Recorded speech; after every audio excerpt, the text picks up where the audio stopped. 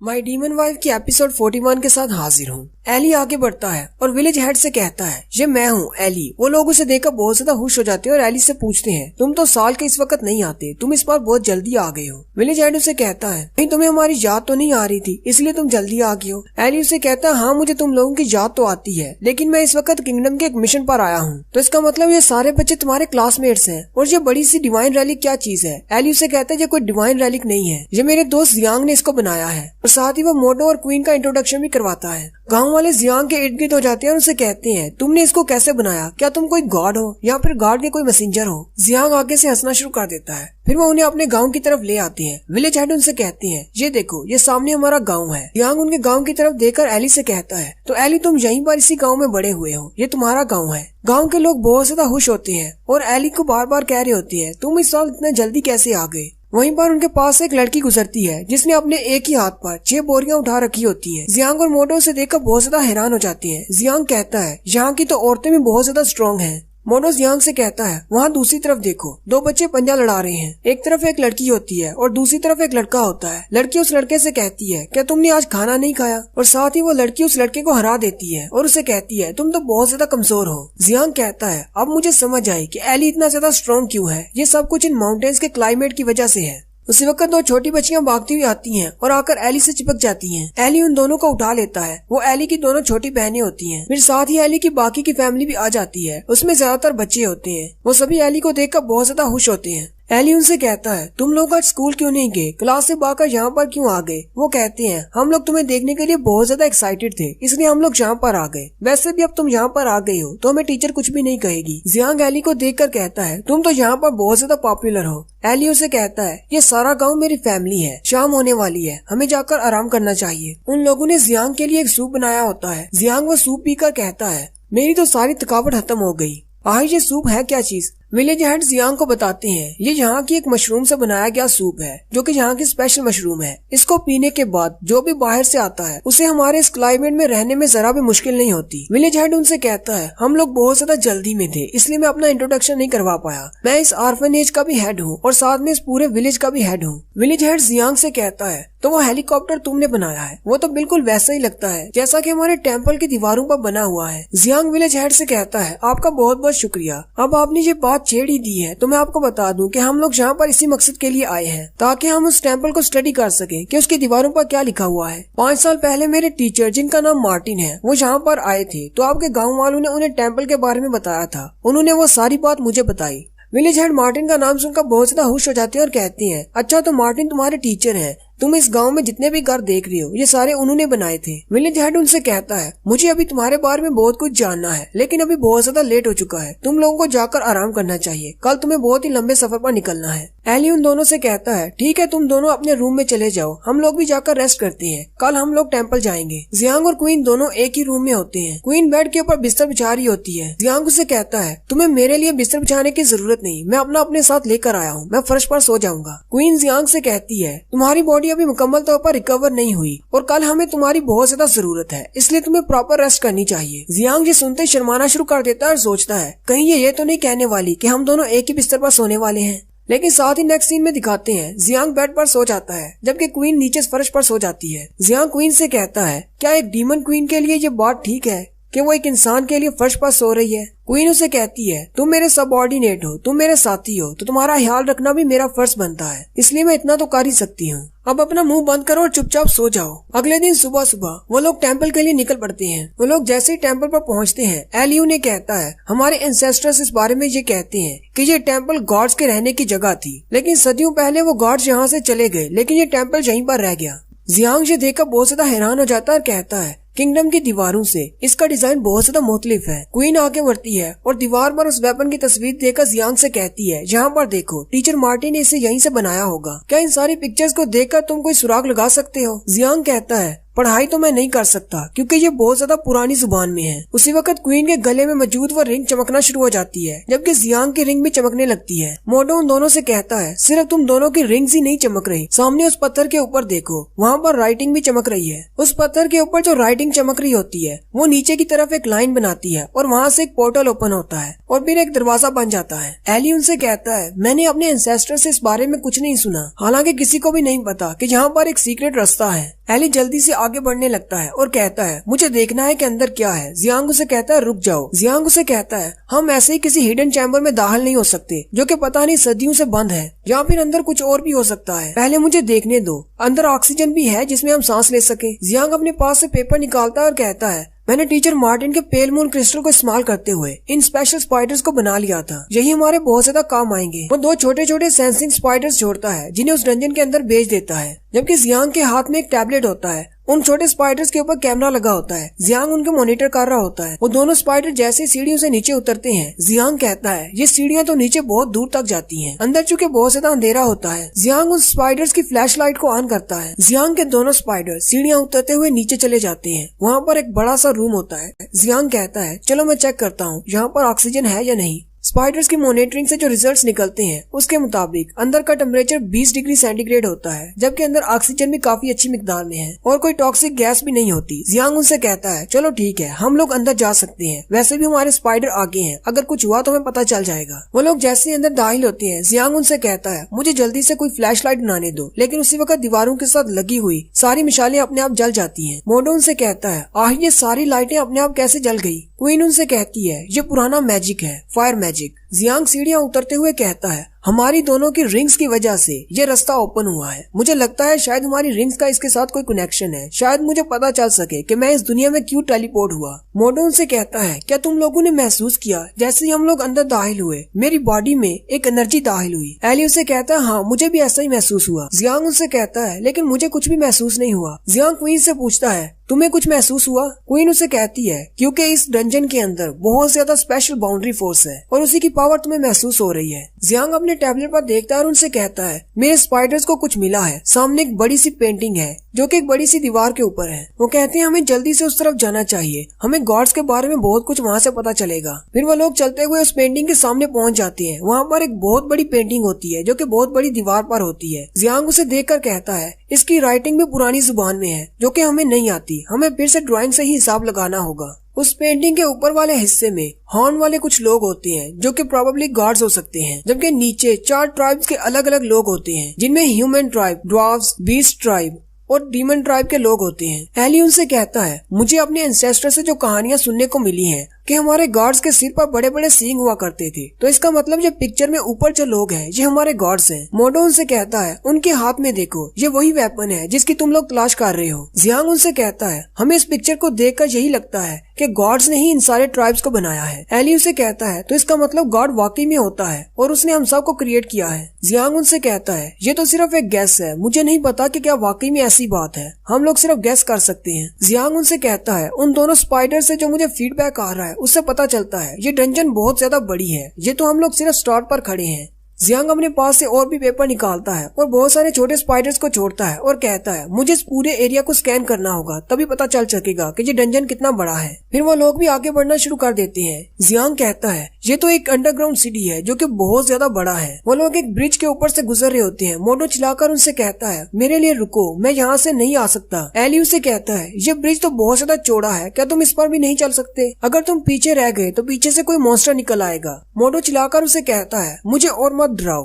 वहीं पर डंजन के अंदर दूर एक कमरे के अंदर वही वेपन पड़ा होता है जहाँ पर एक बड़ा सा ड्रैगन होता है। उस ड्रैगन को महसूस होता है कि डंजन के अंदर कोई दाखिल हो गया है। मोटो उनसे कहता है, हम 10 बार सीढ़ियाँ उतर चुके हैं लेकिन ये डंजन खत्म होने का नाम ही नहीं ले रही। एली उनसे कहता है, अब तो दीवारों पर पेंटिंग्स भी खत्म हो गई हैं। मोटो बहुत ज्यादा डरा होता है और उनसे कहता है, मुझे लगता है आगे और भी ज्यादा खतरा आने वाला है, हमें अभी भी वापस चले जाना चाहिए। एली आगे बढ़ता है और उसे कहता है, तुम्हें डरने की क्या जरूरत है जबकि मैं तुम्हारे साथ हूँ, और वैसे भी तुमने भी बहुत सारी ड्राइंग सीख रखी है, अगर कोई मॉन्स्टर आ गया तो अपने पास से कोई वेपन निकाल लेना। जियांग उनसे कहता है, मुझे लगा ही था कि नीचे कोई ना कोई लाइफ फॉर्म होगी, मेरे स्पाइडर्स ने सेंस किया है कि यहाँ पर कोई लाइफ है। उसी वक्त जियांग के हाथ पर एक पिंक स्लाइम गिरता है और जियांग के ग्लव्स जल जाते हैं। जियांग जल्दी से अपने ग्लव्स को उतार देता है और अपने हाथ पर फूंके मारना शुरू कर देता है। मोटो आगे बढ़ता है और उसे कहता है, मुझे ऐसा क्यों लगता है कि ये बिल्कुल जालू के स्लाइम जैसा लग रहा है। जियांग उसे कहता है, हाँ मुझे भी वैसे ही लग रहा है। वो जैसे ही छत की तरफ देखते हैं तो छत पर बहुत सारे स्लाइम चिपके होते हैं और साथ ही वो स्लाइम नीचे की तरफ गिरना शुरू हो जाते हैं। मोटो चिल्लाना शुरू कर देता है और कहता है, ये तो सीधे नीचे ही आ रहे हैं। एली मोटो को पीछे खींचता है और कहता है, अब यहीं पर खड़े ना रहो वरना जल जाओगे। जियांग अपनी टेक्निक को इस्तेमाल करते हुए एक केमिकल फ्री छाता बना लेता है और अपने साथ साथ क्वीन को भी प्रोटेक्ट करता है और क्वीन से कहता है, तुम्हें नहीं लगता कि तुम्हारे हस्बैंड बहुत ज्यादा अमेजिंग है। जबकि एली आगे बढ़ता है और अपनी फायर फिस्ट से उन स्लाइम पर अटैक करता है, लेकिन वो सारे स्लाइम मिलकर एक बड़ा सा स्लाइम बन जाते हैं। मोटो चिल्लाकर उनसे कहता है, ये सारे स्लाइम आपस में जुड़ रहे हैं। यहाँ के स्लाइम जालू के स्लाइम से बहुत ज्यादा मुख्तलिफ है। फिर वो सारा स्लाइम पानी की तरह बिखर जाता है और उनको इर्द गिर्द से क्वीन अपनी तलवार निकालती है और उस पर अपना फायर मैजिक इस्तेमाल करते हुए उन स्लाइम पर अटैक करती है और कहती है,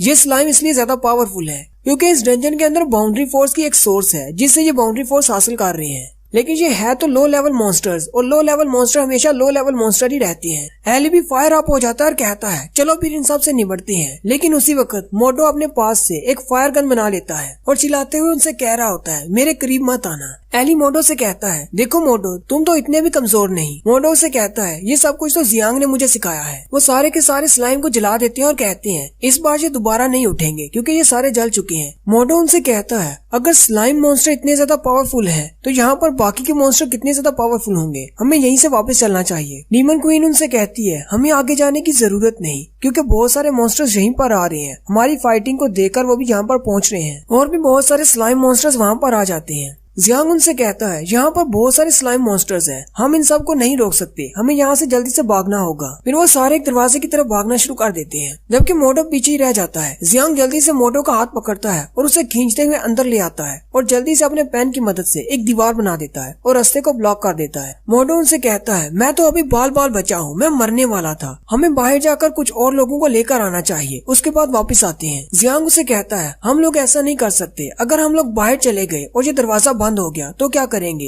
हमारी सारी मेहनत पर पानी फिर जाएगा, हमें खुद ही आगे जाना होगा। एली उसे कहता है, जियांग बिल्कुल ठीक कह रहा है, हमें डरने की जरूरत नहीं, हम लोग यहाँ पर आ चुके हैं इसलिए हमें अब सर्च करना होगा, हम लोग तुम्हारे साथ हैं, तुम्हें डरने की जरूरत नहीं। जियांग उनसे कहता है, मेरे सारे के सारे स्पाइडर मर चुके हैं, किसी ने उन सबको डिस्ट्रॉय कर दिया है और जिसने उन्हें डिस्ट्रॉय किया है वो सामने है। क्वीन उसे कहती है, क्या तुम इन चीजों के बारे में बात कर रहे हो, वहाँ पर बहुत बड़े बड़े स्पाइडर होते हैं। मोटो चिल्लाकर कहता है, ये स्पाइडर मॉन्स्टर तो बिल्कुल असली के हैं और ये बहुत ही बड़े हैं। जियांग भी कहता है, हाँ ये तो वाकई में बहुत बड़े हैं, मैं पहली बार ऐसे मॉन्स्टर्स देख रहा हूँ। एली उनसे कहता है, ये तो बहुत ही अच्छा हो गया, इन स्पाइडर मॉन्स्टर्स के मुंह से निकलने वाले वेब से मैं अपने बहन भाइयों के लिए कपड़े बनाऊंगा, मैं जल्दी से इनसे निमट कर आता हूँ, इस तरह एक तीर से दो शिकार होंगे। एली अभी उनको मारने के लिए आगे बढ़ रहा होता है कि वहाँ पर वो बड़ा सा मॉन्स्टर आ जाता है जो कि एक ड्रैगन मॉन्स्टर है। मोटो उसको देखकर ही चिल्लाना शुरू कर देता है, हालांकि उस ड्रैगन के पर नहीं होते। मोटो कहता है, ये तो एक ड्रैगन है, ड्रैगन इस डंजन के अंदर क्या कर रहा है। सारे छोटे स्पाइडर मॉन्स्टर वहाँ से डर कर भाग जाते हैं। जियांग क्वीन से कहता है, अगर ये ड्रैगन इस डंजन को प्रोटेक्ट करने के लिए है तो उस दीवार के ऊपर इस ड्रैगन की पिक्चर भी होना चाहिए थी। क्वीन उसे कहती है, नहीं, मुझे तो ये ड्रैगन नहीं लग रहा, मैंने असली के ड्रैगन्स को देखा हुआ है, इसके अंदर से तो वैसी कोई भी फीलिंग नहीं आ रही। वो ड्रैगन उनसे कहता है, इंसानी कचरो, यहाँ से दफा हो जाओ, ये जगह तुम्हारे लिए नहीं है। मोटो और भी चिल्लाना शुरू कर देता है और कहता है, इस ड्रैगन को तो बोलना भी आता है। एली कहता है, इसके अंदर से निकलने वाली बाउंड्री फोर्स मुझे कुछ जानी पहचानी लग रही है, लेकिन समझ नहीं आ रही मैंने इसे पहले कहाँ देखा है। जियांग आगे बढ़ता है और उसे कहता है, ये तो अच्छी बात है कि तुम बोल सकते हो, हम लोग यहाँ पर तुम्हारी डंजन को नुकसान पहुँचाने के लिए नहीं आए, हम लोग बस एक स्पेसिफिक आइटम को ढूंढ रहे हैं। वो ड्रैगन उनसे कहता है, यहाँ पर जो कुछ भी है वो सब कुछ मेरा है, मैं तुम्हें कुछ भी नहीं दूंगा, अब यहाँ से दफा हो जाओ। वो ड्रैगन एक पिलर पर अपनी पूंछ मारता है जिससे उसमें से बड़े बड़े पत्थर के टुकड़े उड़ते हुए उनकी तरफ आते हैं। क्वीन अपनी तलवार से उन पत्थरों को ब्लॉक करती है जबकि एली भी उन पत्थरों को पंचेस मारकर तोड़ देता है। जियांग फिर से ड्रैगन से कहता है, हम लोग यहाँ पर फाइट के लिए नहीं आए, लेकिन अगर तुमने हम पर दोबारा हमला किया तो हम लोग भी तुम्हारे साथ फाइट करेंगे। ड्रैगन जियांग से कहता है, तुम्हारे पास तो बाउंड्री फोर्स है ही नहीं, तुम्हें तो मेरे सामने बोलना भी नहीं चाहिए। और साथ ही वो ड्रैगन अपने मुंह से एक बड़ा सा एनर्जी बॉल बनाता है और उसे जियांग की तरफ फेंकता है। जियांग अपने पेन को जमीन पर मारता है जिससे एक शील्ड बनती है। जियांग अपनी शील्ड से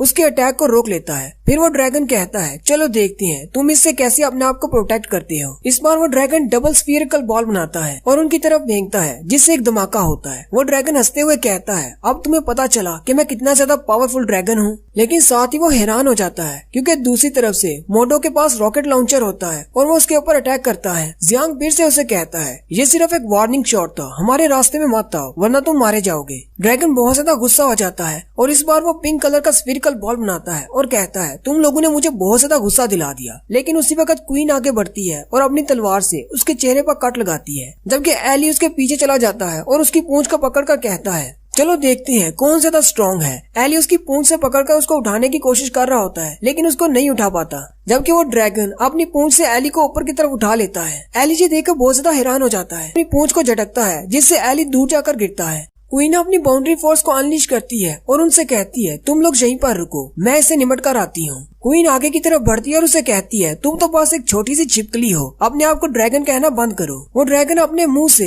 एनर्जी बॉल्स के अटैक कर रहा होता है। क्वीन अपने सामने एक शील्ड बना लेती है और उसके अटैक्स को डिफ्लेक्ट कर रही होती है। वो ड्रैगन हंसते हुए क्वीन से कहता है तुम्हारी हिम्मत कैसे हुई मुझे एक फेक ड्रैगन कहने की, मैं एक ड्रैगन हूँ, अब देखना मैं कैसे तुम्हारे टुकड़े करता हूँ। क्वीन उसे कहती है अच्छा तुम एक ड्रैगन हो तो चलो फिर देखते हैं तुम कहाँ तक टिक पाते हो। क्वीन अपनी डीमन फॉर्म में आ जाती है जिससे उसकी पावर बहुत ज्यादा बढ़ जाती है और वो अपनी तलवार से एक ही स्लैश लगाती है। वो ड्रैगन बहुत ज्यादा डर जाता है और साथ ही क्वीन से कहता है मैं तुम इंसानों के साथ अपना टाइम क्यों वेस्ट कर रहा हूँ। और वो अपनी फुल पावर को इस्तेमाल करते हुए उनसे कहता है मैं इस पूरी जगह को तबाह कर दूंगा, तुम लोग इसके नीचे आ जाओगे। और साथ ही वो ड्रैगन अपनी फायर बॉल को शूट कर देता है। जियांग कहता है इसकी पावर तो बहुत ज्यादा है, अगर ऐसे ही इसने एक दो और ब्लास्ट किए तो ये पूरे का पूरा डंजन गिर जाएगा। क्वीन भी नीचे उतर आती है, उनके नीचे से सारा फर्श टूटना शुरू हो जाता है और वो उसके अंदर गिरने लगते हैं। जियांग जल्दी से अपने पास से एक बूस्टर जेट निकालता है और क्वीन को भी पकड़ लेता है। जियांग मोडो से कहता है मैं अभी तुम्हारे पास ही आने वाला हूँ, लेकिन उसी वक्त ऊपर से सीलिंग का एक बड़ा सा पत्थर गिरता है। जियांग और क्वीन उसके नीचे आ जाते हैं। नीचे गिरते ही जियांग अपनी पावर से एक शील्ड बना लेता है जिससे वो पत्थर उनके ऊपर ही टूट जाता है। नीचे गिरने के बाद जियांग क्वीन से पूछता है क्या तुम ठीक हो। क्वीन उसे कहती है हाँ मैं ठीक हूँ, लेकिन सामने की तरफ देखो, हमें नहीं पता हम कहाँ आकर गिरे हैं। जियांग उसे कहता है परेशान होने की जरूरत नहीं, मेरे टैबलेट में सारा नक्शा सेव है जो कि मैंने अपने स्पाइडर्स वाले सेंसर से बनाया था। फिर साथ ही वो उस पूरी जगह का नक्शा दिखाते हैं। वो एक बहुत बड़ी जगह होती है, ऊपर सिर्फ 3-4 पत्थर होते हैं लेकिन उसके नीचे पूरी एक बिल्डिंग होती है। इस सारी बिल्डिंग का मैप बिल्कुल वैसा ही है जैसा रेजिडेंट इवल मूवी में होता है। जियांग क्वीन से कहता है इसका हर रूम बहुत ही बड़ा है और उसके अंदर सीक्रेट पैसेजेस हैं। ये तो आर्किटेक्चर का एक मास्टरपीस है। क्वीन उसे कहती है ऊपर जो बाउंड्री फोर्स मुझे महसूस हो रही थी वो बहुत ज्यादा कमजोर थी, लेकिन यहाँ नीचे आने के बाद उसकी इंटेंसिटी बहुत ज्यादा बढ़ गई है। इसका मतलब हम सोर्स के बहुत ज्यादा करीब हैं। जियांग उसे कहता है अच्छा ठीक है हमें आगे बढ़ना चाहिए, मुझे लगता है कि बहुत जल्दी हम इस जगह की मिस्ट्री को सॉल्व कर लेंगे। क्वीन उसे कहती है ये तुम कैसी बातें कर रही हो। जियांग हंसते हुए उसे कहता है असल में मुझे गेम्स खेलने का बहुत ज्यादा शौक है, इसलिए मैंने ऐसे ही कह दिया। जबकि मोडो और एली दोनों एक साथ होते हैं और वो दूसरी तरफ होते हैं। मोडो एली से कहता है मुझे तो लगा था शायद मैं मरने वाला हूँ। एली उसे कहता है तुम तो बहुत ही ज्यादा तेज हो, तुमने जल्दी से एक शील्ड भी बना ली जिसकी वजह से हमें गिरने से चोट नहीं लगी। एली उसे कहता है लेकिन ये रास्ता तो बहुत ज्यादा लंबा है, हम कितनी देर से चल रहे हैं लेकिन कहीं पर भी नहीं पहुंच रहे, मुझे बहुत ज्यादा भूख भी लग रही है। मोडो अपने पास एक थैली निकालता है और उसे कहता है मैं अपने साथ खाना लेकर आया हूँ, तुम इसे खा सकते हो। लेकिन उसी वक्त एक बैट मॉन्स्टर आता है और उसके हाथ से वो थैली लेकर उड़ जाता है। मोडो को ये देखकर बहुत ज्यादा गुस्सा आता है। मोडो कहता है मैं इसे अभी मजा सिखाता हूँ। मोडो जल्दी से अपने रॉकेट लॉन्चर के सामने एक रॉकेट को लगाता है और उस पर शूट करने वाला होता है। एली उसे रोक देता है और कहता है ऐसा मत करो, इस धमाके से बहुत ज्यादा नुकसान होगा, कहीं ऐसा ना हो कि हमारा रास्ता ब्लॉक हो जाए और ना हम पीछे जा सके और ना ही आगे। हमें सबसे पहले जियांग और जीबी को ढूंढना होगा, वो हमारा खाना ले गए तो कोई बात नहीं। मोडो उसकी बात मान लेता है और वो दोनों फिर से आगे चलना शुरू करते हैं, लेकिन सामने से उन्हें किसी चीज के उड़ने की आवाज आती है। मोडो और एली कहते हैं 2-4 बैट्स थे जो यहाँ से उड़कर गए हैं, डरने की जरूरत नहीं। लेकिन जैसे ही वो सामने देखते हैं तो वहाँ पर एक दो नहीं होती बल्कि बहुत सारे बैट होते हैं। सिंगल बैट का डेंजर लेवल ई है, लेकिन अगर वो ग्रुप में हो तो उनका डेंजर लेवल सी हो जाता है। मोडो डर कर पीछे की तरफ भागता है, जबकि एली बहुत ज्यादा खुश हो जाता है और कहता है देखो ये बैट्स कितने अच्छे हैं, थोड़ी देर पहले इनमें से एक हमारा खाना लेकर गया था और अब ये सारे हमारे सामने आ गए हैं ताकि हम इनको पकड़कर खा सके। जबकि दूसरी तरफ जियांग और क्वीन भी बहुत सारे मॉन्स्टर से लड़ रही होती है। क्वीन उसे कहती है जितना हम सोर्स के करीब चलते जाएंगे उतना ज्यादा ये मॉन्स्टर्स आते जाएंगे। जियांग उसे कहता है क्योंकि मुझे लगता है इस सोर्स की वजह से इनको एनर्जी मिलती है, इसलिए ये सारे यहाँ पर हैं। वहाँ पर बहुत सारे मॉन्स्टर्स होते हैं, वो इन पर अटैक कर रहे होते हैं। जियांग क्वीन से कहता है यहाँ पर बहुत सारे मॉन्स्टर्स हैं, हालांकि इनका डेंजर लेवल लो है, लेकिन अगर हमने अपने लीथल वेपन्स का इस्तेमाल किया तो हो सकता है कि हम दोबारा से कोई दीवारें गिरा दे। क्वीन ने अपने बाजू पर एक ब्रेसलेट बांधा होता है, उसमें से आवाज आती है। वो ब्रेसलेट क्वीन से कहता है क्यों ना हम इन सारे मॉन्स्टर से बात करके देख लें। क्वीन उसे कहती है अच्छा ठीक है, बाहर आ जाओ। उसी वक्त एक बड़ा सा सांप जियांग पर अटैक करने के लिए आगे बढ़ता है, लेकिन उस बड़े सांप के चेहरे पर बड़ी बड़ी जड़ें लिपट जाती हैं और उसे उठाकर पीछे की तरफ फेंक देती हैं। और यहाँ पर एंट्री होती है हमारे कांटू की क्वीन की, जिसे आपने पिछली एपिसोड्स में देखा था। कांटू की क्वीन उन सारे मॉन्स्टर्स से कहती है तुम लोग हमें रोकना क्यों चाहते हो। वो मॉन्स्टर्स भी अपनी जुबान में उससे कुछ बात करते हैं, लेकिन मुझे कीड़े मकोड़ों की भाषा नहीं आती। कांटू की क्वीन उनसे कहती है हम लोग तुम्हें बस ऐसे ही नहीं मारना चाहते, अगर तुम हमारा रास्ता नहीं रोकते तो हम लोग किसी को भी नहीं मारेंगे। जियांग उसे देखा हैरान हो जाता है और क्वीन से कहता है तुम इसे अपने साथ क्यों लेकर आई हो, ये तो जंगल की क्वीन है। डीमन क्वीन उसे कहती है मैंने उससे वादा किया था कि इंसानों की बस्ती से निकलने के बाद मैं उसे हमेशा अपने साथ रखूंगी। डीमन क्वीन जियांग से कहती है जल्दी से इनको पिक्चर दिखाओ और इनसे पूछो कि हम लोग क्या ढूंढ रहे हैं। जियांग अपने पास से पिक्चर निकालता है और उनसे कहता है हम लोग यहाँ पर इस चीज को ढूंढ रहे हैं, हम लोग तुम्हें मारना नहीं चाहते, हमें बता दो ये कहाँ पर मिलेगी। लेकिन जियांग ने गलत पिक्चर निकाली होती है। वो सारे मॉन्स्टर ये देखकर बहुत ज्यादा हैरान हो जाते हैं और जियांग पर हंसना शुरू कर देते हैं। जियांग जल्दी से दूसरी पिक्चर निकालता है और उनसे कहता है सॉरी मैंने गलत पिक्चर निकाल ली थी, अब बताओ क्या तुमने इस चीज को देखा है। कांटू की क्वीन उनकी बात सुनकर क्वीन से कहती है वो लोग हमारे साथ कोऑपरेट नहीं कर रहे, वो बताना नहीं चाहते और वो ये कह रहे हैं कि इस सोर्स से निकलने वाली एनर्जी पर वो जिंदा है, इसलिए वो इसकी हिफाजत करेंगे और हमें इस बारे में नहीं बताएंगे। ये सुनते ही क्वीन को बहुत ज्यादा गुस्सा आता है और वो अपनी डीमन फॉर्म में आ जाती है। डीमन फॉर्म में वो अपनी इवल बाउंड्री फोर्स को चारों तरफ फैला देती है, जिसे देखकर वो मॉन्स्टर बहुत ज्यादा घबरा जाते हैं और उनसे कहती है तुम्हारी हिम्मत कैसे हुई डीमन क्वीन की बात न मानने की। जियांग से देखा हैरान हो जाता है और कहता है लास्ट टाइम मैच के दौरान इसने अपना कंट्रोल खो दिया था, लेकिन यहाँ पर ये बहुत ज्यादा स्टेबल है। डीमन क्वीन जियांग से कहती है यहाँ पर बहुत ज्यादा एनर्जी है, मैंने उस एनर्जी का कुछ हिस्सा एब्जॉर्ब किया है, इसलिए मैं बहुत ज्यादा स्टेबल हूँ, मैं अपनी डीमन फॉर्म को बरकरार रख सकती हूँ। जबकि कांटू की क्वीन शर्माते हुए कहती है ये मेरी डीमन क्वीन है, इसी वजह से मैं इसकी गुलाम हूँ क्योंकि इसके पास बहुत ज्यादा पावर है। डीमन क्वीन की पावर देखकर वो सारे मॉन्स्टर वहाँ से भाग जाते हैं। कांटू की क्वीन भी उससे कहती है अब जबकि वो यहाँ से जा चुके हैं तो मुझे भी वापस चले जाना चाहिए। डीमन क्वीन उससे कहती है चलो ठीक है तुम भी वापस आ जाओ। वो वापस उसके ब्रेसलेट में चली जाती है। जियांग कहता है चलो ये मसला तो हल हो गया, अब हम आगे बढ़ सकते हैं। जियांग कांटू की क्वीन को अपने साथ देखकर बहुत ज्यादा खुश हो जाता है और कहता है अब हमारे पास लेवल एस का एक मॉन्स्टर है, हमें किसी भी मॉन्स्टर से डरने की जरूरत नहीं। लेकिन साथ ही वो ये सोचता है अगर ये हर वक्त उसके बाजू पर रहेगी तो हमारे प्राइवेट मूवमेंट्स में भी दखल अंदाजी करेगी और ये हर वक्त घूर घूर कर हमें देखती रहेगी। क्वीन जियांग से कहती है इन गंदे मॉन्स्टर्स को मारने की वजह से इनका ब्लड मेरे कपड़ों पर लग गया है और मेरी बॉडी से भी स्मेल आ रही है। जियांग अपने पास से कपड़े निकालता है और उसे कहता है मैंने तुम्हारे लिए पहले से कपड़े बनाकर रखे हुए हैं, तुम इन्हें पहन सकती हो। क्वीन उसे कहती है कपड़े तो ठीक है लेकिन मैं नहाऊंगी कहाँ पर, बिना नहाए कपड़े पहनने का क्या फायदा। दूसरी तरफ एली और मोटो उन बैड मॉन्स्टर्स से निमटने के बाद आगे की तरफ चल रही होती है, जबकि एली उन बैड मॉन्स्टर्स का गोश्त खा रहा होता है। मोटो हैरान होकर एली से पूछता है क्या तुम्हें पक्का श्योर है कि इसमें पॉइजन नहीं है। एली उसे कहता है हाँ तुम भी इसे खा सकते हो, ये बस थोड़ा सा चबाने में हार्ड है लेकिन इसमें पॉइजन नहीं है, यहाँ इस माउंटेन में ऐसा कुछ भी नहीं जिसे हम लोग खा ना सके। मोटो से कहता है अच्छा ठीक है मुझे नहीं चाहिए, मुझे नहीं खाना। मोटो एली से कहता है सामने देखो यहाँ पर टनल का एंड हो रहा है।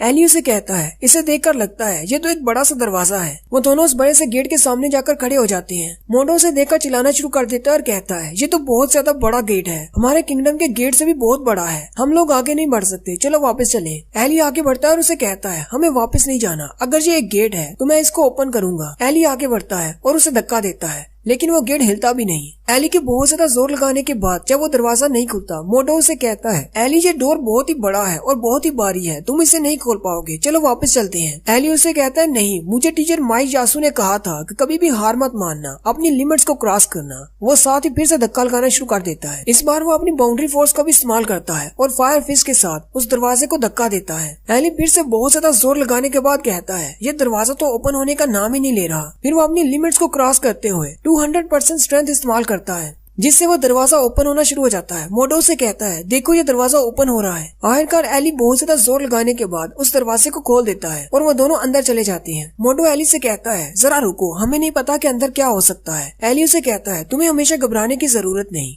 जैसे एली आगे बढ़ता है तो उसके पाँव के नीचे एक टाइल पर लाइट चमकती है और वो लाइट उनके साथ साथ आगे की तरफ चलती जाती है, जिससे वो कमरा रोशन होना शुरू हो जाता है। एली कहता है, किसे पता था कि मेरे गांव के नीचे इतनी प्यारी जगह है। मोटो एली से कहता है, यहाँ पर देखो, यहाँ पर एक और टैबलेट है, इसके ऊपर भी तस्वीरें बनी हुई हैं। वो दोनों उसके सामने खड़े हो जाते हैं और कहती है, ये तो पहले वालों से बहुत ज्यादा मुख्तलिफ है, इससे हमें कोई नई इन्फॉर्मेशन मिल सकती है। दूसरी तरफ जियांग और क्वीन एक दीवार पर एक दरवाजा बनाते हैं और उससे अंदर दाखिल होते हैं। जियांग क्वीन से कहता है, मेरे स्पाइडर सेंसर्स ने बताया था कि यहाँ पर पानी हो सकता है, लेकिन मुझे नहीं पता कि वो इतना पानी होगा कि उसमें तुम नहा सको। लेकिन वो जैसे ही अंदर दाखिल होती है तो वो कमरा बहुत ज्यादा बड़ा होता है और उसके अंदर एक बेड भी होता है। जियांग से देखकर बहुत ज्यादा खुश हो जाता है और क्वीन से कहता है, मुझे तो ये बिल्कुल एक बेडरूम की तरह लग रहा है, हम दोनों सही जगह पर पहुँचे हैं। जियांग जल्दी से जाकर एक सोफे पर बैठ जाता है और उसे कहता है, यहाँ का फर्नीचर तो बहुत ही बड़ा है, मुझे लगता है यहाँ पर कोई जाइंट रहता होगा। फिर वो शीशे के सामने जाकर खड़ा हो जाता है और कहता है, यहाँ का तो शीशा भी बहुत बड़ा है। फिर वो उस जाइंट के बिस्तर पर जाकर लेट जाता है और कहता है, इसका तो बेड भी बहुत ज्यादा बड़ा है और बहुत ही नरम मुलायम है। जियांग बहुत ज्यादा एक्साइटेड होता है और उसे कहता है, यहाँ पर आकर देखो, शायद हम भी अपने रूम के लिए ऐसा ही बड़ा बेड बनवाएं।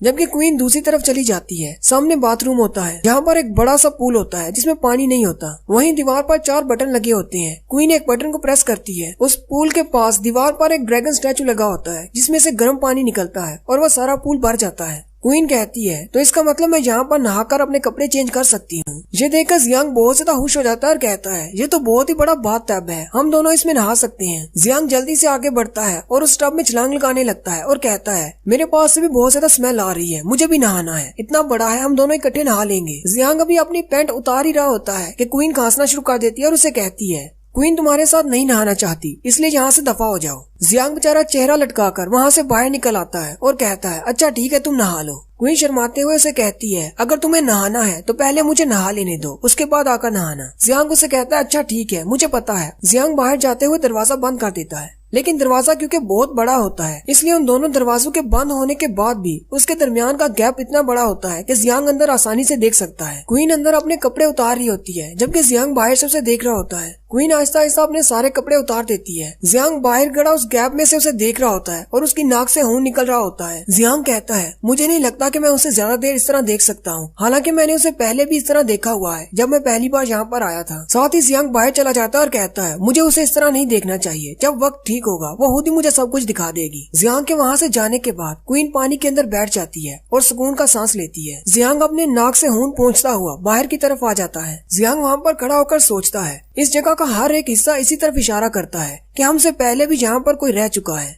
कोई ऐसा ट्राइब यहाँ पर रहता था जिसके बारे में क्वीन ने भी नहीं सुन रखा। और जिस तरह की तस्वीरें हमने इन दीवारों पर देखी हैं, उससे तो लगता है कि ये बहुत ज्यादा पावरफुल थे, इंसानों और डीमन के ट्राइब से भी ज्यादा पावरफुल। कहीं ऐसा तो नहीं इसी ट्राइब के लोगों ने इस सारी जगह को बनाया हो, फिर इस दुनिया के बाकी के सारे क्रीचर्स को भी इन्हीं ने बनाया हो, लेकिन वो अचानक गायब कैसे हो गए। जियांग अपनी रिंग निकालता है और कहता है, मुझे लगता है शायद इन्हीं लोगों ने इस रिंग को भी बनाया है, लेकिन अगर वो इस रिंग को बना सकते हैं और मुझे यहाँ पर टेलीपोर्ट कर सकते हैं तो इसका मतलब वो लोग हमारी दुनिया में भी टेलीपोर्ट हो सकते हैं। यहाँ पर तो बहुत सारी मिस्ट्रीज हैं जिनका हमें पता लगाना है। उसी वक्त उसके सामने से कोई गुजरता है। जियांग उसका पीछा करता है और जल्दी से उसके सामने एक दीवार बना देता है जिससे उसका रास्ता ब्लॉक हो जाता है। जियांग उसे कहता है, तुम अब यहाँ से नहीं भाग सकते। जियांग उससे पूछता है, कौन हो तुम और तुम यहाँ पर क्या कर रहे हो, क्या तुम हमारा पीछा कर रहे हो। वो जल्दी से अपना चोगा उतार देता है। नीचे से प्रिंसेस पैनी निकलती है। जियांग पैनी को देखकर चौंक जाता है। जियांग सोचता है, पता नहीं ये कब से हमारा पीछा कर रही है, कहीं इसने क्वीन को डीमन क्वीन की फॉर्म में तो नहीं देख लिया। लेकिन इसने टूर्नामेंट के दौरान भी क्वीन को डीमन फॉर्म में देखा था, लेकिन प्रिंसिपल ने कहा था कि उसने इसकी मेमोरीज को वॉश कर दिया है। जियांग उसे कहता है, मैं ये बात जानता हूँ कि तुम रीजेंट की बेटी हो, क्या तुम्हें रीजेंट ने यहाँ पर भेजा है ताकि तुम हम पर नजर रख सको। पैनी उसे कहती है, हाँ मुझे रीजेंट ने भेजा है। जियांग उसे कहता है, तो अब तक तुमने यहाँ पर क्या देखा। पैनी आगे से मुस्कुराना शुरू कर देती है। जियांग उससे पूछता है, तुम्हें क्या चाहिए हमसे। जियांग पैनी से कहता है, तुम ये बात अच्छी तरह से जानती हो कि रॉयल कप का चैंपियन मैं हूँ, अगर तुमने मुझे मारने की कोशिश की तो मैं भी तुम्हारे ऊपर इजी नहीं आऊंगा, मैं भी तुमसे फाइट करूंगा। पैनी उसे कहती है, तुमने मुझे बहुत ही गलत समझ लिया है, और वो जल्दी से उसके पीछे की तरफ आ जाती है और जियांग की गर्दन पर अपनी तलवार रख लेती है। जियांग से कहती है, तुम्हारे पास और कोई चॉइस नहीं, तुम्हें मेरे साथ कोऑपरेट करना होगा, नहीं तो तुम्हारा सर यहीं जमीन पर पड़ा होगा mister royal cup champion. Jiang बहुत ज्यादा घबरा जाता है और सोचता है, सोफी सास ने मुझसे कहा था कि ये रीजेंट की रियल बेटी नहीं है बल्कि एक असैसिन है जिसे रीजेंट ने हायर किया हुआ है, इसलिए अगर ये मुझे मारना चाहती तो अब तक मुझे मार दिया होता। मुझे लगता है शायद इसे मुझसे कुछ और चाहिए। एनी उसे कहती है, जब से तुमने किंगडम छोड़ा है तब से लेकर अब तक मैं तुम्हारे हर मूव पर नजर रख रही हूँ और तुम्हारी बीवी डीमन क्वीन है जिसका नाम इजाबेला ओसा है। क्या मैं ठीक कह रही हूँ? जियांग उसे कहता है, अगर तुम मुझे मारना चाहती तो तुम मुझे कब कब मार देती, इस तरह मेरी इंटेरोगेशन नहीं कर रही होती। जियांग ने अपने हाथ में फोर्जिंग वाला पेपर भी पकड़ रखा होता है। प्रिंसेस पैनी उसे कहती है, मैं ये चाहती हूँ कि तुम मेरी मदद करो रिचेंड को मारने में। ये सुनते ही जियांग चिल्लाकर उसे कहता है, क्या तुम पागल हो गई हो? तुम किसे मारने का कह रही हो? पैनी उसे कहती है, मैं रिचेंड को मारने का कह रही हूँ। जियांग सोचता है, कहीं ये इसलिए तो ऐसा नहीं कह रही कि मैं इसे बता दूं कि मैं रिचेंड के बारे में कैसा सोचता हूँ। जियांग पैनी से कहता है, रिचेंड तुम्हारे फादर है, तुम्हें नहीं लगता कि उनके बारे में इस तरह का जोक करना बहुत ही बुरा है? पैनी हंसते हुए से कहती है, तुम्हें अपना चेहरा देखना चाहिए, अपने चेहरे की हालत तो देखो जरा। मैंने तुमसे बिल्कुल ठीक कहा है, मैं रिचेंड को मारना चाहती हूँ, इसके लिए मुझे तुम्हारी मदद चाहिए। मुझे यहाँ पर रिचेंड यानी कि मेरे पापा ने भेजा है ताकि तुम लोगों को इन्वेस्टिगेट कर सकूं और तुम लोगों पर नजर रख सकूं, लेकिन मुझे उन्हें मारने के लिए तुमसे बेहतर लोग नहीं मिल सकते। जियांग उसे कहता है, लेकिन मुझे एक बात की समझ नहीं आई, अगर वो तुम्हारे फादर है और तुम उन्हें मारना चाहती हो तो फिर तुम उनके ऑर्डर्स क्यों मान रही हो? पैनी उसे कहती है, हमारी फैमिली में लव नाम की कोई भी चीज नहीं, इसलिए मुझे उनके गंदे काम करना पड़ते हैं ताकि मैं उनके करीब हो सकूं। जियांग उससे पूछता है, आखिर उसने तुम्हारे साथ ऐसा क्या किया है कि तुम उसे मारना चाहती हो? पैनी उसे कहती है, तुम्हें इस बात से कोई मतलब नहीं होना चाहिए। साथ ही पैनी उसे कहती है, मैं यहाँ पर तुमसे कोई मदद की भीख मांगने के लिए नहीं आई, मैं तुम्हें ऑर्डर दे रही हूँ। अगर तुमने ऐसा नहीं किया तो मैं सबको बता दूंगी कि तुम्हारी दोस्त एक डीमन क्वीन है, तो ना सिर्फ डीमन बल्कि इंसान भी उसे मारने के लिए उसके पीछे लग जाएंगे। पैनी उसे कहती है, रिचेंड किसी चीज का इंतजार कर रहे हैं, जैसे ही वो चीज हो जाएगी तो रिचेंड बिल्कुल भी नहीं रुकेंगे और मैं भी एक अच्छे मौके की तलाश में हूँ। जैसे ही मुझे वो मौका मिल जाएगा मैं उसे अपने हाथों से मार डालूंगी और मैं अपने आप कुछ भी नहीं कर सकती क्योंकि मैं बहुत ज्यादा कमजोर हूँ रिचेंड के सामने, इसलिए मेरा इंतजार करना, जब मैं तुम्हें इशारा दूंगी तब तुम्हें मेरा ये काम करना होगा। जियांग उससे पूछता है, इसका मतलब ये है कि तुम हमारी साइड पर हो? पैनी उसे कहती है, नहीं, मैं किसी की साइड पर नहीं हूँ, दोस्त का दोस्त मेरा दोस्त और दुश्मन का दुश्मन मेरा दुश्मन। तुम्हें परेशान होने की जरूरत नहीं, मैं तुम्हारी डीमन क्वीन की आइडेंटिटी को किसी के सामने एक्सपोज नहीं करूंगी, लेकिन रिचेंड सिग्नल का इंतजार कर रहे हैं, जैसे उन्हें वो सिग्नल मिल जाएगा वो जंग का ऐलान कर देंगे और अगर ऐसा हो गया तो तुम लोग डीमन ट्राइब का कंट्रोल वापस नहीं हासिल कर पाओगे। फिर पैनी वहाँ से चली जाती है। जियांग कहता है, इसने मुझे किसी सिग्नल के बारे में बताया है, ये तो रिचेंड के बारे में बहुत ही खास इन्फॉर्मेशन है, हमें जल्दी से इस बारे में कुछ करना होगा। प्रिंसेस पैनी जियांग को बहुत सारी इन्फॉर्मेशन देकर वहाँ से चली जाती है। तो यहीं से हमारी नेक्स्ट एपिसोड की शुरुआत होती है। एली और मोटो जहाँ दूसरे कमरे में गए होते हैं, वहाँ पर उन पर दो बड़े बड़े रोबोट अटैक करते हैं। मोटो बहुत ज्यादा डर रहा होता है और कहता है, काश एली ने दूसरे से निमट लिया हो, लेकिन वो बड़ा सा रोबोट मोटो को उठा लेता है। मोटो चिल्लाकर कहता है, एली कहाँ पर हो, मुझे आकर बचाओ। एली ऊपर से जंप करता है और उस पर पंच मारता है, जिससे वो बड़ा सा रोबोट जमीन पर गिर जाता है। मोटो उसके हाथ से भागता हुआ सीधा एली के पास जाता है और उससे पूछता है, क्या तुमने दूसरे वाले रोबोट को मार दिया? एली उसे कहता है, नहीं, अभी नहीं, मैंने तुम्हारी आवाज सुनी इसलिए मैं जल्दी से यहाँ पर आ गया। उसी वक्त दीवार को तोड़ते हुए दूसरा रोबोट भी वहीं पर आ जाता है। मोटो ये देखकर और भी ज्यादा चिल्लाना शुरू कर देता है और कहता है, ये तो दोनों यहीं पर आ गए। एली कहता है, ये दोनों मॉन्स्टर बिल्कुल वैसे नहीं लग रहे जैसे कि हमने विंड वैली में पत्थर के मॉन्स्टर से फाइट की थी, और मुझे इनके पास से कुछ भी ऐसा महसूस नहीं हो रहा जैसे कि ये जिंदा ही नहीं है। एली अपना स्पेशल मूव इस्तेमाल करता है, हाईएस्ट एबिलिटी, जिससे उसने बूनो को हराया था। मोटो उसे देखकर चिल्लाना शुरू कर देता है और कहता है, तुम इस एबिलिटी को क्यों इस्तेमाल कर रहे हो? तुम्हें पता है कि इसको इस्तेमाल करने के बाद तुम्हारी बॉडी बहुत ज्यादा डैमेज हो जाएगी। एली उसे कहता है, टीचर माइक जासू ने कहा था कि प्रैक्टिस से हम बहुत ज्यादा स्ट्रॉन्ग बनते हैं, मुझे बार बार इसकी प्रैक्टिस करना होगी ताकि एक दिन मैं इसे इस्तेमाल कर सकूं। एली हवा में जंप करता है और उन मॉन्स्टर्स पर अटैक करता है। उसी वक्त दूसरी तरफ का सीन दिखाते हैं। जियांग चलता हुआ वापस जा रहा होता है। जियांग कहता है, अगर पैनी वाकई में रिचेंड की साइड पर होती तो मुझे रिचेंड के बारे में इतनी ज्यादा इन्फॉर्मेशन नहीं देती। मुझे लगता है कि फिलहाल हम उस पर भरोसा कर सकते हैं, लेकिन मुझे समझ नहीं आ रही कि मैं जाकर इजाबेला को ये सारी बात कैसे समझाऊंगा। वो भी अपनी सोचों में गुम आगे चलता हुआ जा रहा होता है कि वो ड्रैगन मॉन्स्टर फिर से आ जाता है और अपनी टेल से उसे पकड़ लेता है। जियांग चिल्लाना शुरू कर देता है, जबकि क्वीन भी उसकी आवाज सुनती है। जियांग जैसे उसकी तरफ देखता है तो उसे कहता है, तुम तो वही बड़ी सी छिपकली हो। वो ड्रैगन उसे कहता है, बेवकूफ इंसान, मैंने तुमसे पहले भी कहा था कि मैं एक ड्रैगन हूँ। ड्रैगन जियांग से कहता है, तुम लोग यहाँ पर आ गए, इसका मतलब तुम लोग मेरे स्पेशल जेम को चोरी करने के लिए आए हो। जियांग उसे कहता है, कौन सा क्रिस्टल, तुम किस क्रिस्टल की बात कर रहे हो, हमें इस बारे में कुछ नहीं पता।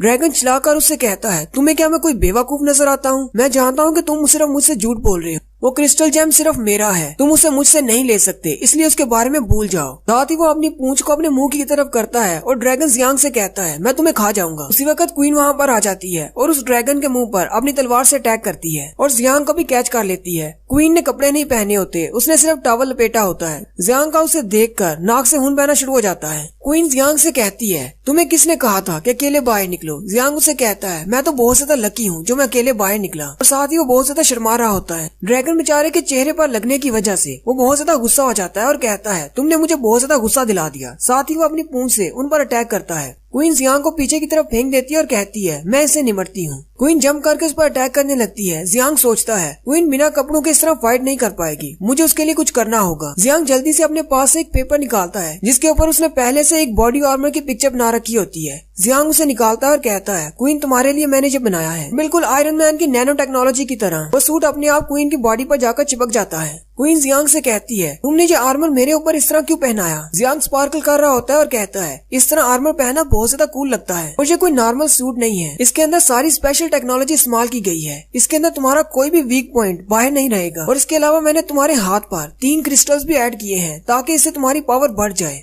ये तीनों क्रिस्टल्स तुम्हारी मैजिक की पावर को एम्पलीफाई करेंगे। हाथ पर क्रिस्टल्स को देखकर किस किस को थैनोस याद आ रहा है। जियांग क्वीन से कहता है ये सूट मैंने बनाया है, इससे साबित होता है कि मैं तुम्हारे बारे में कैसा फील करता हूँ। क्वीन उसे कहती है अपनी बकवास बंद करो, ये सूट बहुत ज्यादा टाइट है और मुझे मूव करने में भी मुश्किल हो रही है। जबकि अंदर से क्वीन शर्मा रही होती है और कहती है रातों जाकर वो ऐसे प्रोजेक्ट्स पर काम करता रहता है, मुझे नहीं लगा था कि मेरे लिए भी वो कोई चीज बनाएगा। फिर क्वीन जंप करती है और उस ड्रैगन पर अपनी तलवार से वार करती है और अपने क्रिस्टल की मदद से अपनी इलेक्ट्रिक मैजिक को इनहेंस कर लेती है और उस ड्रैगन के सर पर फिर से वार करती है, लेकिन वो ड्रैगन उसके पाँव को पकड़ लेता है। उसी वक्त जियांग भी अपना सूट पहन लेता है और आगे बढ़कर उस ड्रैगन को पंच मारता है। क्वीन जियांग से कहती है तुम्हारा सूट बहुत ज्यादा अच्छा है और इसका डिफेंस सिस्टम भी बहुत ही अच्छा है, लेकिन मैं अपने फाइटिंग स्टाइल के मुताबिक ही फाइट कर सकती हूँ, इसलिए मैं इससे एडजस्ट नहीं कर पा रही। बेचारा ड्रैगन उन दोनों से मार खाने के बाद फिर से वापस भाग जाता है। जियांग अपने पास से एक और छोटा स्पाइडर निकालता है और उसे छोड़ते हुए कहता है क्यों ना हम लोग इस बड़ी सी छिपकली का पीछा करें, मुझे लगता है कि यही हमें उस क्रिस्टल के पास लेकर जाएगा। जियांग क्वीन से कहता है चलो इसका पीछा करते हैं। क्वीन उसे कहती है एक मिनट रुको, पहले मेरे सूट को थोड़ा ढीला करो। वो बड़ा सा ड्रैगन उसी डिवाइन वेपन के पास चला जाता है जिसके अंदर वो क्रिस्टल लगा होता है। इसमें वो ड्रैगन उस क्रिस्टल से पावर लेता है। वो वापस उस क्रिस्टल के पास आता है और कहता है तुम इंसानों मेरा इंतजार करो, मैं अपनी पावर को रीजनरेट करके वापस आता हूँ। और वो उस मैजिक स्टोन से कहता है जल्दी से मुझे अपनी पावर दो, और साथ ही वो मैजिक स्टोन चमकना शुरू कर देता है। वो बेचारा ड्रैगन अभी उससे पावर ले ही रहा होता है।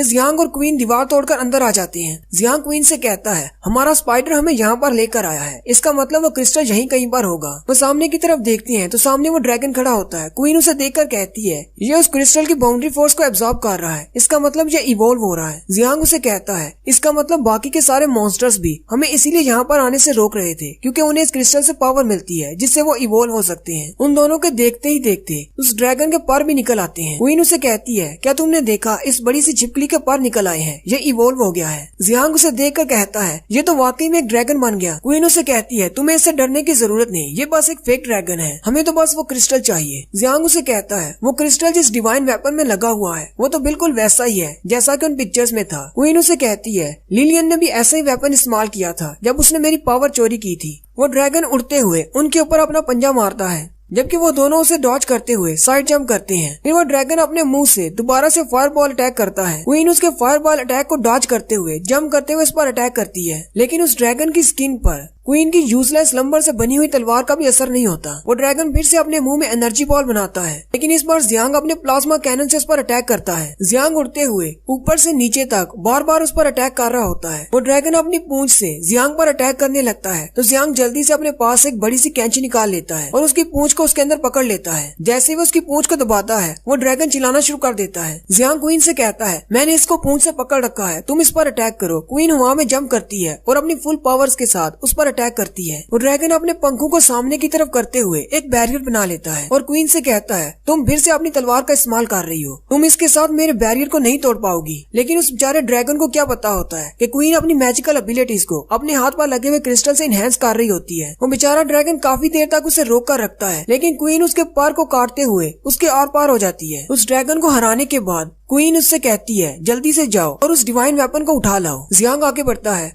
और उस वेपन को उठा लेता है और क्वीन से पूछता है क्या तुम्हें पक्का पता है कि लिलियन ने यही वेपन इस्तेमाल किया था। क्वीन उसे कहती है हाँ मुझे पक्का पता है, यही वेपन था। जियांग उसे कहता है अगर ये क्रिस्टल किसी की एनर्जी को चोरी कर सकता है तो इसका मतलब वो सारी एनर्जी इसी के अंदर स्टोर होगी। जियांग क्वीन से कहता है इसका क्रिस्टल तो बिल्कुल वैसा ही है जैसा कि हमारी रिंग्स पर लगा हुआ है। वो ड्रैगन हारने के बाद रोना शुरू कर देता है और उनसे कहता है मैं तुम लोगों से भीख मांगता हूँ, प्लीज इसको मत लेकर जाओ। ड्रैगन अपनी दुखी कहानी शुरू करता है और उनसे कहता है तुम इंसान लोग बहुत ज्यादा बुरे हो, तुम लोगों ने हमारे जंगल पर कब्जा कर लिया ताकि अपने घर बना सको और हम सब लोगों को वहाँ से भागना पड़ा। जब मैंने तुम लोगों पर अटैक करने की कोशिश की तो तुम लोगों ने मुझे बहुत ज्यादा पीटा और मुझे अपने गांव से बाहर निकाल दिया। फिर मैंने आकर इस डंजन में पनाह ली और आखिरकार मुझे ये क्रिस्टल मिला जिससे मुझे बहुत ज्यादा पावर मिली और अब तुम लोग ये भी मुझसे छीनना चाहते हो। जियांग उसकी कहानी सुनने के बाद चिल्लाकर उसे कहता है तो इसका मतलब वो बड़ी छिपकली तुम थी जिसने एली के गांव पर हमला किया था। और ड्रैगन चिल्लाकर उससे कहता है तुम एक छिपकली किसको कह रहे हो, मैं एक ड्रैगन हूँ, क्या तुम्हें नजर नहीं आता मैं एक बहुत ही बुरा और पावरफुल ड्रैगन हूँ। वो बेचारा ड्रैगन फिर से रोना शुरू कर देता है और उनसे कहता है मैं तो काफी सालों से इसी डंजन के अंदर रह रहा हूँ, मैंने तुम इंसानों के साथ कुछ भी बुरा नहीं किया, फिर तुम लोग यहाँ पर आकर मेरा क्रिस्टल क्यों चोरी कर रहे हो। जियांग सोचता है वैसे तो इसकी बात ठीक है, मुझे लगता है कि हमारी दुनिया की तरह यहाँ पर भी जानवरों की प्रोटेक्शन के लिए कोई रूल्स नहीं है। जियांग उस बड़ी छिपकली से पूछता है अच्छा मुझे ये बात बताओ, जब तुम हमसे मार खाने के बाद जख्मी हुए थे तो क्या इसी क्रिस्टल से तुम हील हुए।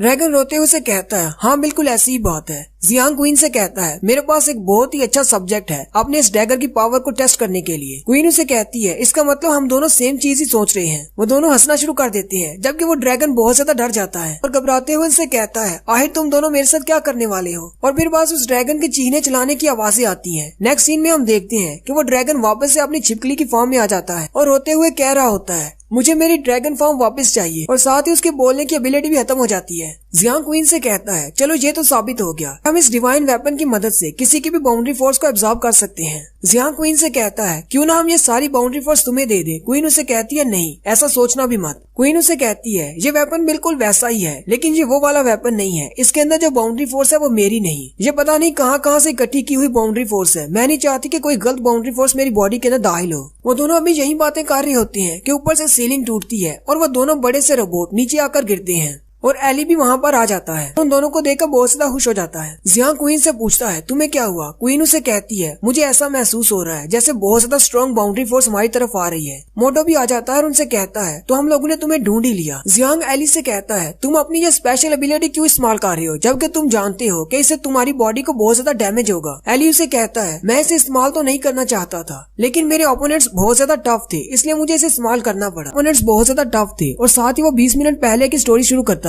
एली अपनी सबसे जबरदस्त पंच के साथ उस रोबोट पर अटैक करता है लेकिन एली के अटैक का उस रोबोट पर कोई भी असर नहीं होता। एली कहता है मैं जितनी बार भी इसे पंच मारता हूँ ये पहले से ज्यादा स्ट्रॉन्ग होता जाता है। एली कहता है अगर डायरेक्ट हिट से इसको कोई नुकसान नहीं पहुँच रहा तो मुझे कोई और तरीका इस्तेमाल करना होगा। वो वोल्केनो रप्चर वाला अपना फाइनल मूव इस्तेमाल करता है जिस मूव से उसने बूनो को हराया था। इसे रोबोट की पूरी बॉडी आग में कवर हो जाती है। एली कहता है मुझे लगता है कि इस बार ये दोबारा नहीं उठेगा लेकिन वो बड़ा सा रोबोट जल्दी से अपनी पूरी बॉडी को आइस में कवर कर लेता है, दोबारा से पहली शेप में आ जाता है। एली ये देखकर बहुत ज्यादा हैरान हो जाता है और कहता है मैं जितनी भी एबिलिटीज के साथ इस पर वार करता हूँ ये आगे से उन्हें काउंटर करता जा रहा है, ये हर बार उनका कोई ना कोई तोड़ निकाल लेता है। एली कहता है तो इसका मतलब मुझे अपनी लिमिट्स को क्रॉस करना होगा और मुझे गो बियॉन्ड अल्ट्रा जाना होगा। एली हवा में जंप करता है और इस बार अपने पंच की बजाय अपनी किक का इस्तेमाल करता है और उस रोबोट पर अटैक करता है। और उसकी किक इतनी ज्यादा पावरफुल होती है कि वो उन सारे रोबोट्स के साथ सीलिंग को तोड़ता हुआ नीचे आ जाता है और यहीं से हमारी स्टोरी प्रेजेंट में आ जाती है। वो रोबोट्स फिर से उठकर खड़े हो जाते हैं। मोनो चिल्लाकर उनसे कहता है हम लोग वाकई में इनको हरा सकते हैं। एली ने अपना सबसे स्पेशल मूव इन पर इस्तेमाल किया था लेकिन इनको कुछ भी नहीं हुआ। जियांग उनसे कहता है एली अपनी लिमिट्स तक पहुंच चुका है और इन रोबोट्स को जरा भी डैमेज नहीं हुआ, हम लोग एक ही काम कर सकते हैं। और वो वहाँ से भागना शुरू कर देते हैं। हमें जो चाहिए था हमें वो मिल चुका है, अब जल्दी से यहाँ से भागो। और रोबोट पीछे से उनको स्कैन कर रहे होते हैं। वो स्कैन करते हुए जियांग के पास उस क्रिस्टल को देख लेते हैं। स्कैनिंग कंप्लीट होते ही वो बड़ा सा रोबोट जंप करके उनके सामने आ जाता है और उनके रास्ते को ब्लॉक कर देता है। जियांग से देखकर बहुत ज्यादा हैरान हो जाता है और कहता है आखिर इसने हमारे रास्ते को ब्लॉक कैसे किया, क्या ये खुद भी सोच सकता है। मोटो जियांग से कहता है हम लोग यहाँ से कैसे निकलेंगे। दूसरा बड़ा रोबोट जो कि उनके पीछे होता है वो उन पर अपना पंजा मारता है। एली हवा में जंप कर जाता है जबकि जियांग मोटो को पकड़कर साइड पे करता है। इस तरह वो सारे उसको डॉज करते हैं। जियांग एली और क्वीन से कहता है जल्दी से बिखर जाओ और दोनों तरफ से इस पर अटैक करो। क्वीन उनसे कहती है मैं इस तरफ वाले को डील करती हूँ, दूसरे वाले को तुम संभालो।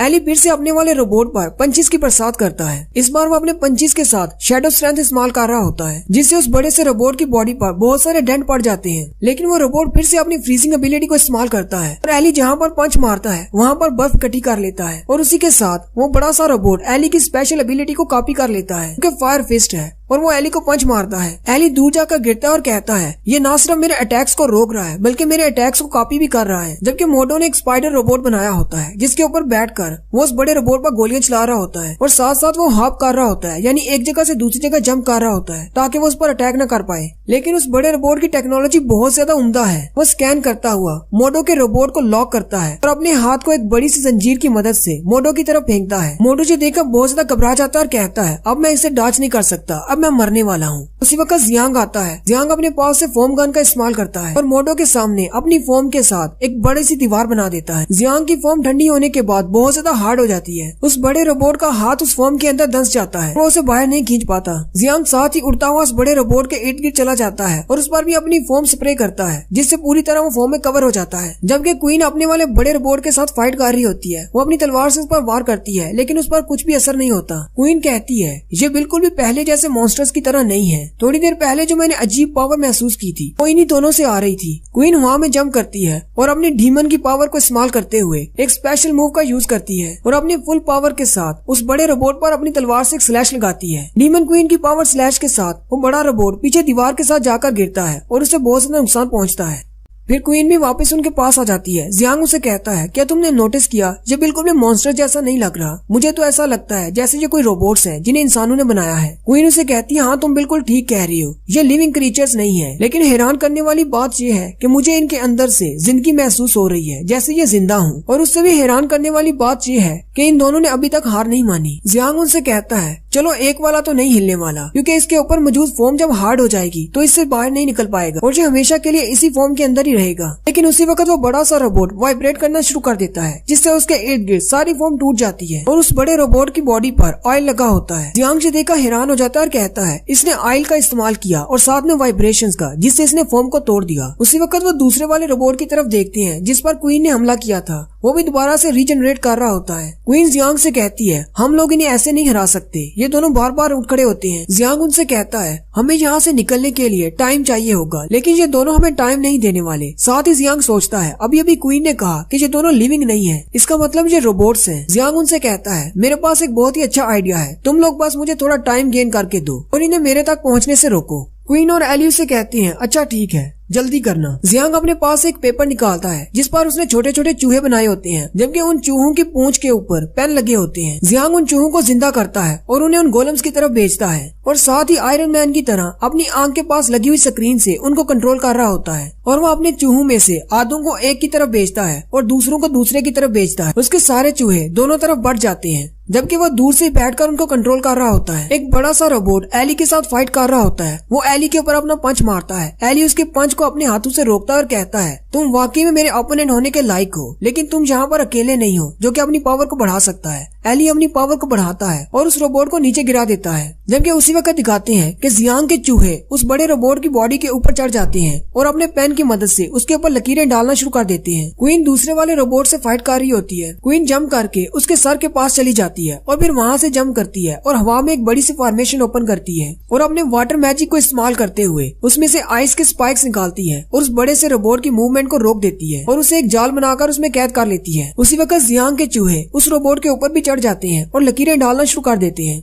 एली और क्वीन आकर जियांग के पास खड़े हो जाते हैं और उसे कहते हैं तुम्हें जल्दी करना होगा, ये दोनों ज्यादा देर तक यहीं पर नहीं रुकने वाले। जियांग उनसे कहता है तुम्हें परेशान होने की जरूरत नहीं, मेरी टेक्निक कंप्लीट हो चुकी है। वो दोनों रोबोट्स फिर से उठ खड़े होते हैं। उन्हें देखकर एली आगे बढ़ता है और जियांग से कहता है मुझे लगता है कि तुम्हारी टेक्निक ने काम नहीं किया, इसलिए मुझे आगे बढ़ने दो, मैं इनसे निपटता हूँ। जियांग आगे बढ़ता है और एली से कहता है तुम जरा रुको, मुझे आगे बढ़ने दो। एली उसे कहता है क्या तुम कोई नया वेपन बनाने वाले हो? जियांग उसे कहता है नहीं, मैं अब कोई भी नया वेपन नहीं बनाने वाला, बल्कि मैं अपने बेसिक रूल्स को इस्तेमाल करने वाला हूँ जो कि पहले दिन मोडो ने मुझे बताए थे। वो बड़ा सा रोबोट जियांग के ऊपर अपना पैर मारने लगता है। मोडो उसे देखकर चिल्लाना शुरू कर देता है और कहता है जल्दी से नीचे से हटो, जबकि जियांग नीचे से अपना पेन निकालता है और उसके पैर पर मारता है और अपनी फोर्जिंग टेक्निक को एक्टिवेट करता है। जियांग की फोर्जिंग टेक्निक के एक्टिवेट होते ही उन रोबोट्स की बॉडी के ऊपर वो सारी लाइनें चमकना शुरू हो जाती हैं जो कि उन छोटे चूहों ने बनाई थी। साथ ही जियांग चिल्लाकर उनसे कहता है अब सब अलग हो जाओ। दोनों बड़े रोबोट छोटे छोटे टुकड़ों में अलग हो जाते हैं। एली ये देखकर बहुत ज्यादा हैरान हो जाता है और कहता है इसने ऐसा कर कैसे लिया। क्वीन कहती है जियांग ने इन रोबोट्स की बॉडी को ही अपने मटेरियल के तौर पर इस्तेमाल किया और इन पर फोर्जिंग कर दी। उन बड़े रोबोट्स के टुकड़े होने के बाद उनमें से 2 क्रिस्टल्स निकलते हैं। जियांग अपने जेट बूस्टर की मदद से उड़ता हुआ आगे जाता है और एक क्रिस्टल को पकड़ लेता है। जियांग उनसे कहता है मुझे लगता है कि इन बड़े रोबोट्स को सिर्फ इसी क्रिस्टल की मदद से पावर मिल रही थी। जियांग एक क्रिस्टल लेने के बाद जैसे ही दूसरे क्रिस्टल की तरफ आगे बढ़ने लगता है, वो बड़ी सी छिपकली जो कि दीवार के साथ चिपकी होती है वो अपनी जीभ निकालती है और उस क्रिस्टल को पकड़ लेती है। जियांग उसे चिल्लाकर कहता है पहले तो तुम कह रहे थे कि तुम एक ड्रैगन हो, अब तुम दीवार पर कैसे चढ़ गए? जल्दी से हमारा क्रिस्टल हमें वापस दो। वो छिपकली चिल्लाकर उसे कहती है मैं एक ड्रैगन हूँ, मैं छिपकली नहीं हूँ। साथ ही वो छिपकली सामने वाली दीवार पर थूकती है जिसमें से पॉइजन निकलता है और सामने वाली दीवार पिघल जाती है और वो वहाँ से रास्ता बनाकर बाहर निकल जाती है। मोडो चिल्लाकर कहता है वो छिपकली हमारा एक स्टोन ले गई। एली उसे कहता है मैं इसके पीछे जाता हूँ और इससे अपना क्रिस्टल लेकर आता हूँ। क्वीन उनसे कहती है उसे रहने दो, उसका क्रिस्टल उसी के पास रहने दो। यहाँ पर बहुत सारे मॉन्स्टर्स हैं जिनको उस क्रिस्टल से पावर मिलती है। इस तरह दोनों तरफ का बैलेंस बना रहेगा। हमारे पास वैसे भी एक क्रिस्टल आ चुका है। जियांग भी नीचे उतर आता है और उनसे कहता है चलो ठीक है, हमें क्रिस्टल मिल चुके हैं, हम लोग यहाँ से निकलते हैं। उसी वक्त वो एली की तरफ देखते हैं। एली की अपनी स्पेशल एबिलिटी इस्तेमाल करने की वजह से बॉडी बहुत ज्यादा डैमेज होती है और फिर से उस बेचारे के बाल जल जाते हैं। एली उनसे कहता है ऐसा लगता है कि मुझे फिर से क्लिनिक में आराम करना होगा। जियांग हंसते हुए उससे कहता है कोई बात नहीं, तुमने बहुत ही अच्छा परफॉर्म किया, लेकिन तुम्हें ज्यादा देर तक हॉस्पिटल में रहने की जरूरत नहीं क्योंकि हमारे पास ये क्रिस्टल है। अगर इस क्रिस्टल में इतनी ज्यादा पावर है कि वो एक छिपकली को ड्रैगन बना सकता है तो इसका मतलब ये क्रिस्टल एली के जख्मों को भी भर सकता है। क्यों ना हम इसको एली को हील करने के लिए इस्तेमाल करें। जियांग उस क्रिस्टल को फिर से इस वेपन में लगाता है और कहता है मेरे स्पाइडर ने रिकॉर्ड कर लिया था जब वो ड्रैगन इस क्रिस्टल की मदद से हील हो रहा था, हम वही तरीका तुम पर भी इस्तेमाल करते हैं। जियांग उस क्रिस्टल को अपने सामने रखते हुए कहता है क्या तुम इस बंदे को हील कर सकते हो जो तुम्हारे सामने है? और साथ ही वो क्रिस्टल चमकना शुरू हो जाता है। जियांग कहता है ये तो वाकई में काम कर रहा है। उस क्रिस्टल की रेड लाइट से एली की पूरी बॉडी कवर हो जाती है और साथ ही दिखाते हैं कि एली के सर पर बाल उगना शुरू हो जाते हैं। ये देखकर क्वीन कहती है इसे देखकर लगता है कि मैं भी अपनी पावर्स को वापस गेन कर सकती हूँ। एली के जले हुए बाजू भी फिर से ठीक हो जाते हैं और एली के सर पर बहुत सारे बाल उगाते हैं। जियांग उनसे कहता है ये ना सिर्फ पावरफुल है बल्कि यूज करने में भी बहुत ज्यादा आसान है। जियांग कहता है वापस जाने के बाद मैं प्रिंसिपल से इस क्रिस्टल के बारे में सारी इन्फॉर्मेशन लूंगा, क्या है ये क्रिस्टल क्या क्या कर सकता है। साथ ही जियांग कहता है अगर मैं इस क्रिस्टल को अपने पेल मून क्रिस्टल के साथ जोड़ दूं तो इसका मतलब तो ये हुआ कि मैं कोई भी चीज बना सकता हूँ, यानी किसी भी जिंदा चीज को पैदा कर सकता हूँ। जबकि क्वीन जियांग को देखकर ये सोच रही होती है कि जब भी कोई सीरियस मसला आता है तो जियांग वाकई में आगे बढ़ता है और उस मसले की रिस्पॉन्सिबिलिटी को उठाता है। हो सकता है हमारी बूढ़ी जादूगरनी ने बिल्कुल ठीक कहा हो कि यही वो शख्स है जो हमारे डीमन ट्राइब को बचाएगा। जबकि जियांग ये सोच रहा होता है कि इस क्रिस्टल की पावर के साथ हम किसी भी लाइफ फॉर्म को क्रिएट कर सकते हैं। यह है तो बहुत ही हैरान करने वाली बात, लेकिन इससे हम क्वीन की पावर्स को वापस लाने के एक स्टेप और ज्यादा करीब हो गए हैं। जियांग क्वीन से कहता है हमारा मिशन यहाँ पर पूरा हो चुका है, चलो बाहर चलते हैं। मोडो से कहता है हाँ हमारा मिशन कंप्लीट हो गया और हम अभी तक जिंदा हैं। फिर वो सारे लोग वहाँ से बाहर चले जाते हैं। उसकी टीम डंजन में अपना मिशन पूरा करने के बाद बाहर आ जाते हैं वापस एली के गांव में। और अगले ही दिन जियांग उनके लिए एक बड़ा सा नक्शा बनाकर खड़ा होता है। गांव वाले कहते हैं आखिर ये कर क्या रहा है। जियांग ने जमीन पर बहुत ही बड़ा सा एक नक्शा बनाया होता है। विलेज हेड आगे बढ़ते हैं और एली से कहते हैं तुम्हारे दोस्त का नजरिया तो बहुत ज्यादा मुख्तलिफ है, टीचर मार्टिन इस तरह की फोर्जिंग नहीं करते थे।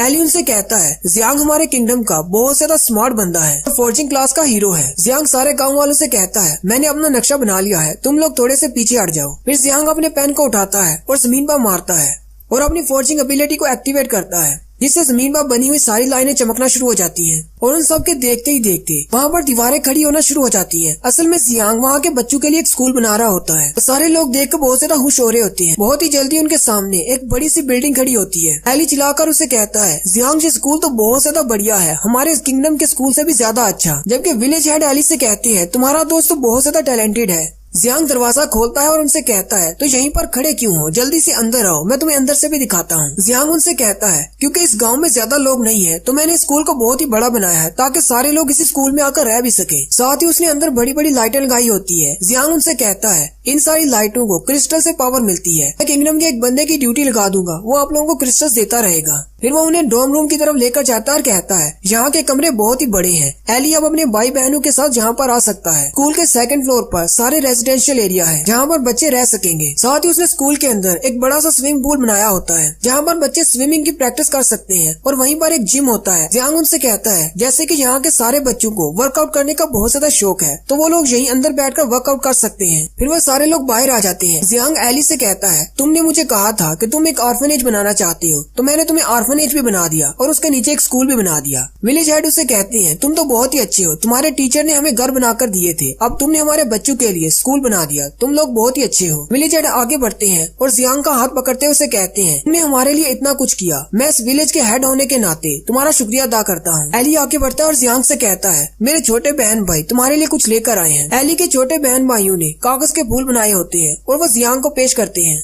जियांग उनसे कहता है, ये फूल तो बहुत ज्यादा खूबसूरत है, मैं तुम लोगों से ये कैसे ले सकता हूँ। एली हंसते हुए जियांग से कहता है, हमारे पास इतने ज्यादा पैसे नहीं होते इसलिए हम लोग असली के फूल खरीद भी नहीं सकते, तो इन बच्चों ने स्पेशल कागज के फूल तुम्हारे लिए बनाए हैं, प्लीज इनको एक्सेप्ट कर लो। जियांग उनसे फूल लेकर शर्माना शुरू कर देता है और कहता है, मैं इतना बड़ा हो चुका हूँ लेकिन मैंने आज तक किसी से भी फूल नहीं लिए और न ही किसी ने मुझे फूल दिए, लेकिन मुझे क्या पता था कि इस दुनिया में आकर मुझे किसी के हाथों से फूल भी मिलेंगे। उसी वक्त एक बच्चा जियांग से कहता है, मेरी बात सुनो। वो बच्चा जियांग के कान में कहता है, तुम्हें ये फूल जाकर उस लड़की को देने चाहिए जो तुम्हें देख रही है। जियांग शर्माता हुआ जीबी के पास चला जाता है और क्वीन से कहता है, ये फूल मैं तुम्हें देना चाहता हूँ। क्वीन उसे कहती है, लेकिन तुम मुझे ये क्यों देना चाहते हो। जियांग उसे कहता है, मुझे लगता है कि लड़कियों के हाथ में ये फूल ज्यादा अच्छे लगते हैं। क्वीन जियांग के हाथ से वो फूलों का बुके ले लेती है, लेकिन साथ ही रूखे अंदाज में वो उसे कहती है, इन फूलों को ना तो खाया जा सकता है और ना ही फाइट में इस्तेमाल कर सकते हैं, तो मैं इनको क्या करूंगी। जियांग और वो सारे बच्चे ये सुनकर बहुत ज्यादा हैरान हो जाते हैं। जियांग जल्दी से टॉपिक चेंज करने की कोशिश करता है, लेकिन डीमन क्वीन पीछे से यही कह रही होती है, अगर मैं इन्हें जलाने के लिए भी इस्तेमाल करूंगी तो इससे तो ज्यादा आग भी नहीं बनेगी। ये बात सुनते ही एली के छोटे भाई बहन चिल्लाना शुरू कर देते हैं और एली से कहते हैं, ब्रदर ये लड़की हमारे फूलों को जलाना चाहती है। क्वीन उनसे कहती है, तो मैंने इसमें ऐसा क्या गलत कह दिया। और फिर उसी रात का एक सीन दिखाते हैं। जियांग जैसे ही उठता है तो वो देखता है क्वीन अपने बिस्तर पर नहीं होती। जियांग उसे ढूंढने के लिए बाहर निकल आता है। क्वीन बाहर बैठी होती है। क्वीन खुले आसमान के नीचे बैठकर तारे देख रही होती है। जियांग भी वहीं पर आ जाता है और क्वीन से कहता है, एली के गांव में आसमान तो बहुत ही प्यारा दिखता है, जब भी मैं आसमान की तरफ देखता हूँ मुझे बहुत सुकून महसूस होता है। क्वीन मुस्कुराते हुए से कहती है, मैं भी पहली बार आसमान को इतना खूबसूरत देख रही हूँ, मैंने इससे पहले कभी आसमान को इस तरह नहीं देखा। जियांग उसे कहता है, ऐसा कैसे हो सकता है, इंसानों के किंगडम में लाइट की बहुत ज्यादा पोल्यूशन है इसलिए तुम्हें स्टार्स दिखाई नहीं देते, लेकिन डीमन ट्राइब में तो स्टार्स वाज़ेह दिखाई देते होंगे। क्वीन उसे कहती है कि ऐसी बात नहीं है, डीमन ट्राइब में हर वक्त धुंध रहती है इसलिए कभी आसमान साफ नजर नहीं आता। जियांग क्वीन से पूछता है, तुमने कहा था कि डीमन ट्राइब में जिसके पास ज्यादा पावर होती है सिर्फ उसे ही अपना लीडर चुना जाता है, आए तुम ऐसे लोगों के लिए वापस क्यों जाना चाहती हो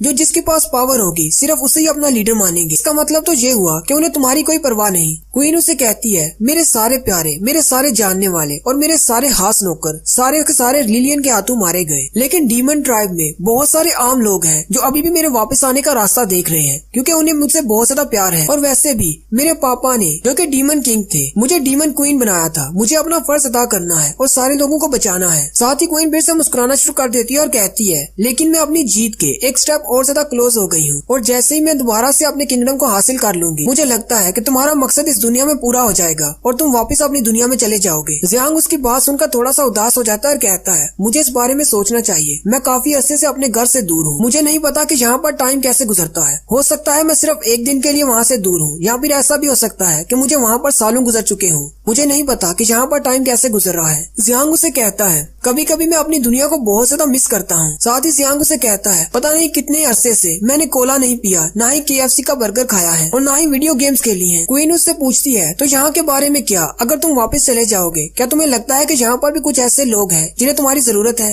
जियांग हंसते हुए से कहता है, हाँ यहाँ पर बहुत सारे लोग हैं जैसे एली, टीचर और सोफी सास, ये सारे बहुत ही अच्छे लोग हैं, मैं इनको बहुत ज्यादा मिस करूंगा। लेकिन साथ ही जियांग मौका देखते हुए शर्माते हुए उससे कहता है, लेकिन यहाँ पर कोई बहुत ज्यादा स्पेशल है जिसे मैं बहुत ज्यादा मिस करूंगा। और वो जैसे ही क्वीन से कहने लगता है कि मैं तुम्हें पसंद करता हूँ, उसी वक्त पीछे से एली आ जाता है। जियांग बेचारा वहीं पे चुप हो जाता है। एली जियांग से कहता है, मेरे सर पर बहुत ज्यादा बाल हो गए हैं तुम्हारी वजह से, अब मैं क्या करूँ, मुझे सोने में मुश्किल हो रही है, तो इसलिए मैंने सोचा मैं तुम्हारे पास आता हूँ। ये सुनते ही जियांग चिल्लाकर एली से कहता है, अगर तुम्हारे बाल बहुत ज्यादा बड़े हो गए हैं तो जाओ जाकर किसी बार्बर से इसको कटवा लो। आखिर तुम मेरे पास क्या करने के लिए आए हो, सारा रोमांटिक मूड का कचरा कर दिया। एली उसे कहता है, तुम इतना ज्यादा चिल्ला क्यों रहे हो, मैं तो यहाँ पर इसलिए आया था ताकि तुम मेरे लिए कोई सीजर्स बना दो। जियांग उसे कहता है, अच्छा ठीक है, मैं तुम्हारे लिए सीजर्स बना देता हूँ, लेकिन तुम्हें क्या लगता है कि मुझे बाल काटने भी आते हैं? आखिर तुम्हारे दिमाग में ये आइडिया आया कैसे? और उसी रात एक और सीन दिखाते हैं जो कि उसी टेम्पल की डंजन का होता है जहाँ पर से जियांग लोग अपना मिशन पूरा करके आए होते हैं। उस डंजन का रास्ता अभी भी खुला होता है। अंदर एक शख्स होता है जो कि आइस मैजिक इस्तेमाल कर रहा होता है। सारे मॉन्स्टर्स पर अटैक करते हैं, लेकिन वो सारे मॉन्स्टर्स को मार देता है। वो बड़ी छिपकली छुपकर उसे देख रही होती है और कहती है, अब कौन आ गया, लेकिन वो बहुत ज्यादा डर जाती है क्योंकि ये शख्स बहुत ज्यादा पावरफुल होता है और उसने सारे मॉन्स्टर्स को बर्फ बना दिया होता है। वो छिपकली कहती है, मुझे यहाँ से जल्दी से भागना होगा, मुझे नहीं लगता उसने अभी तक मुझे देखा है। लेकिन उसी वक्त सामने वो शख्स आ जाता है और उसे कहता है, तुम्हें क्या लगता है तुम कहाँ जा रही हो, मैंने तुम्हें पहले ही देख लिया है। वो अपनी आइस मैजिक की एबिलिटी को इस्तेमाल करते हुए एक आइस स्पाइक बनाता है, उस बेचारी छिपकली को मार देता है और उस छिपकली के मरने के बाद उसके मुंह से वो क्रिस्टल बाहर निकल आता है और वो शख्स उस क्रिस्टल को पकड़ लेता है। इस शख्स का चेहरा नहीं दिखाते, पता नहीं ये लड़की है या लड़का है, लेकिन मुझे तो ये किंग लग रहा है। गैस करके बताएं आपको ये किसकी तरह का लग रहा है, कौन हो सकता है ये? वो शख्स क्रिस्टल को अपने हाथ में पकड़ लेता है और कहता है, प्रिंसेस पेनी की रिपोर्ट बिल्कुल ठीक थी, इसका मतलब हम लाइफ दोबारा से गेन कर सकते हैं। वो छिपकली अभी भी उसे कह रही होती है, ये क्रिस्टल मेरा है, इसे मुझे वापस दो, लेकिन वो शख्स उसे पूरी तरह बर्फ से कवर कर देता है। उसी वक्त उस शख्स के 2 साथी आते हैं और उसे कहते हैं, मास्टर हमने पूरे एरिया की जांच कर ली है, लेकिन हमें कुछ भी नहीं मिला। वो शख्स उनसे कहता है, क्या तुम्हें वो चीज नहीं मिली जिसे ढूंढने के लिए हम लोग यहाँ पर आए थे?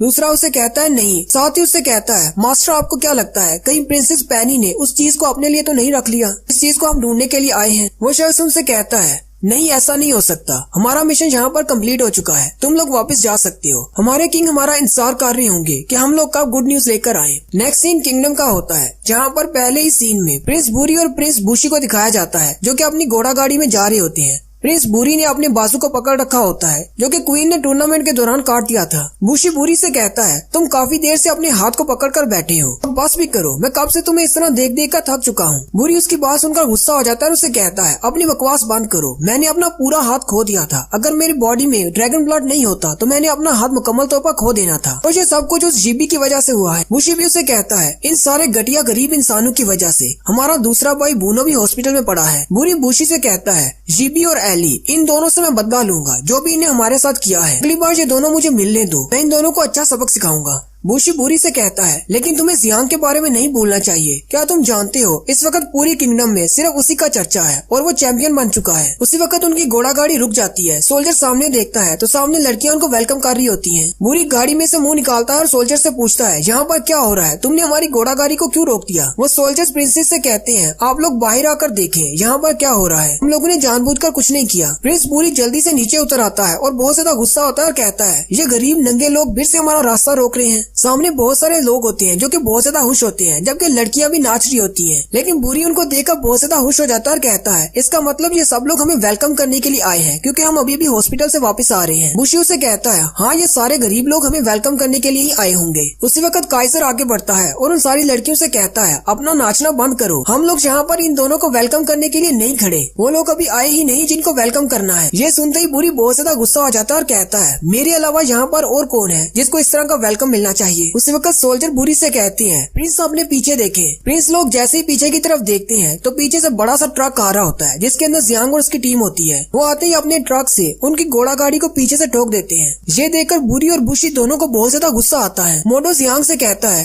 क्या हमने ऐसा करके ठीक किया है? तो ये दोनों प्रिंस ही। जियांग उसे कहता है, हाँ हमने बिल्कुल ठीक किया, वैसे भी ये पूरी की पूरी सड़क मैंने खरीद ली हुई है, इसलिए ये लोग मेरी सड़क पर खड़े हैं, हम लोग कुछ भी कर सकते हैं। मोटो कहता है, अच्छा ऐसी बात है तो फिर मैं इन्हें मजा चखाता हूँ। वो जल्दी से अपने ट्रक के अंदर से तो बड़े से मैकेनिकल बाजू निकालता है और दोनों प्रिंस को उठाकर उनकी घोड़ा गाड़ी में डाल देता है और फिर उसकी घोड़ा गाड़ी को उठाकर हवा में उछाल देता है। बूरी और बुशी वहीं से चिल्लाकर कह रहे होते हैं, जियांग हम ये बात याद रखेंगे, अगली बार जब तुमसे मिलेंगे तो तुम्हें अच्छा सबक सिखाएंगे। उनके साथ जियांग जैसे अपने ट्रक में से नीचे उतरता है तो सामने बिजनेस कम्युनिटी के बहुत सारे लोग खड़े होते हैं और साथ ही उनके शॉपकीपर्स भी होते हैं। वो जियांग को बॉस जियांग कह रहे होते हैं और उसे वेलकम करते हैं। जियांग उनसे कहता है, इस सब की क्या जरूरत थी, मुझे वेलकम करने की कोई जरूरत नहीं, हम लोग तो बस एक छोटे से ट्रिप पर गए थे। उन्होंने वहाँ पर पूरी अपनी यूनियन बनाई होती है और वहीं पर उन्हें जियांग का एक बड़ा सा पुतला भी लगाया होता है। जियांग अपना पुतला देखकर बहुत ज्यादा हैरान हो जाता है और कहता है, तुम लोग तो बहुत ही अच्छे और मेहनती हो, तुम लोगों ने मेरा पूरे का पूरा पुतला बना डाला। जबकि मोटो खड़ा यही सोच रहा होता है कि मुझे भी अपना एक ऐसा ही पुतला चाहिए। वो मर्चेंट्स उन्हें कहते हैं, जियांग सर आप इस तरफ आए, हम लोग मीटिंग के लिए आपका वेट कर रहे हैं, बहुत सारे लोग आपसे मिलना चाहते हैं। जियांग की फौजरी टेक्निक्स को इस्तेमाल करते हुए यहाँ पर सारे शॉपकीपर्स को बहुत ज्यादा फायदा होता है और वो बहुत बड़े बिजनेसमैन बन चुके होते हैं। इसी तरह उन्होंने अपनी एक यूनियन बनाई होती है जो कि बिजनेस कम्युनिटी है और वो सारे मिलकर नई नई चीजें बनाते हैं जिनके पीछे जियांग के आइडियाज काम कर रहे हैं। वो सारे लोग जियांग और उसकी टीम को देखकर खुश हो जाते हैं और जियांग से कहते हैं, हम लोग ने काफी अर्सा तक तुम्हें नहीं देखा, चलो बैठकर एक मीटिंग करते हैं, बहुत कुछ है जो हम तुम्हारे साथ डिस्कस करना चाहते हैं। जियांग क्वीन से कहता है, क्या तुम बाहर जाकर मेरा इंतजार करोगी, मुझे एक मीटिंग करनी है, उसके बाद मैं तुम्हारे पास आता हूँ। क्वीन भी उसे कहती है, ठीक है मैं तुम्हारी बात समझ गई बॉस जियांग, और वो वहाँ से चली जाती है।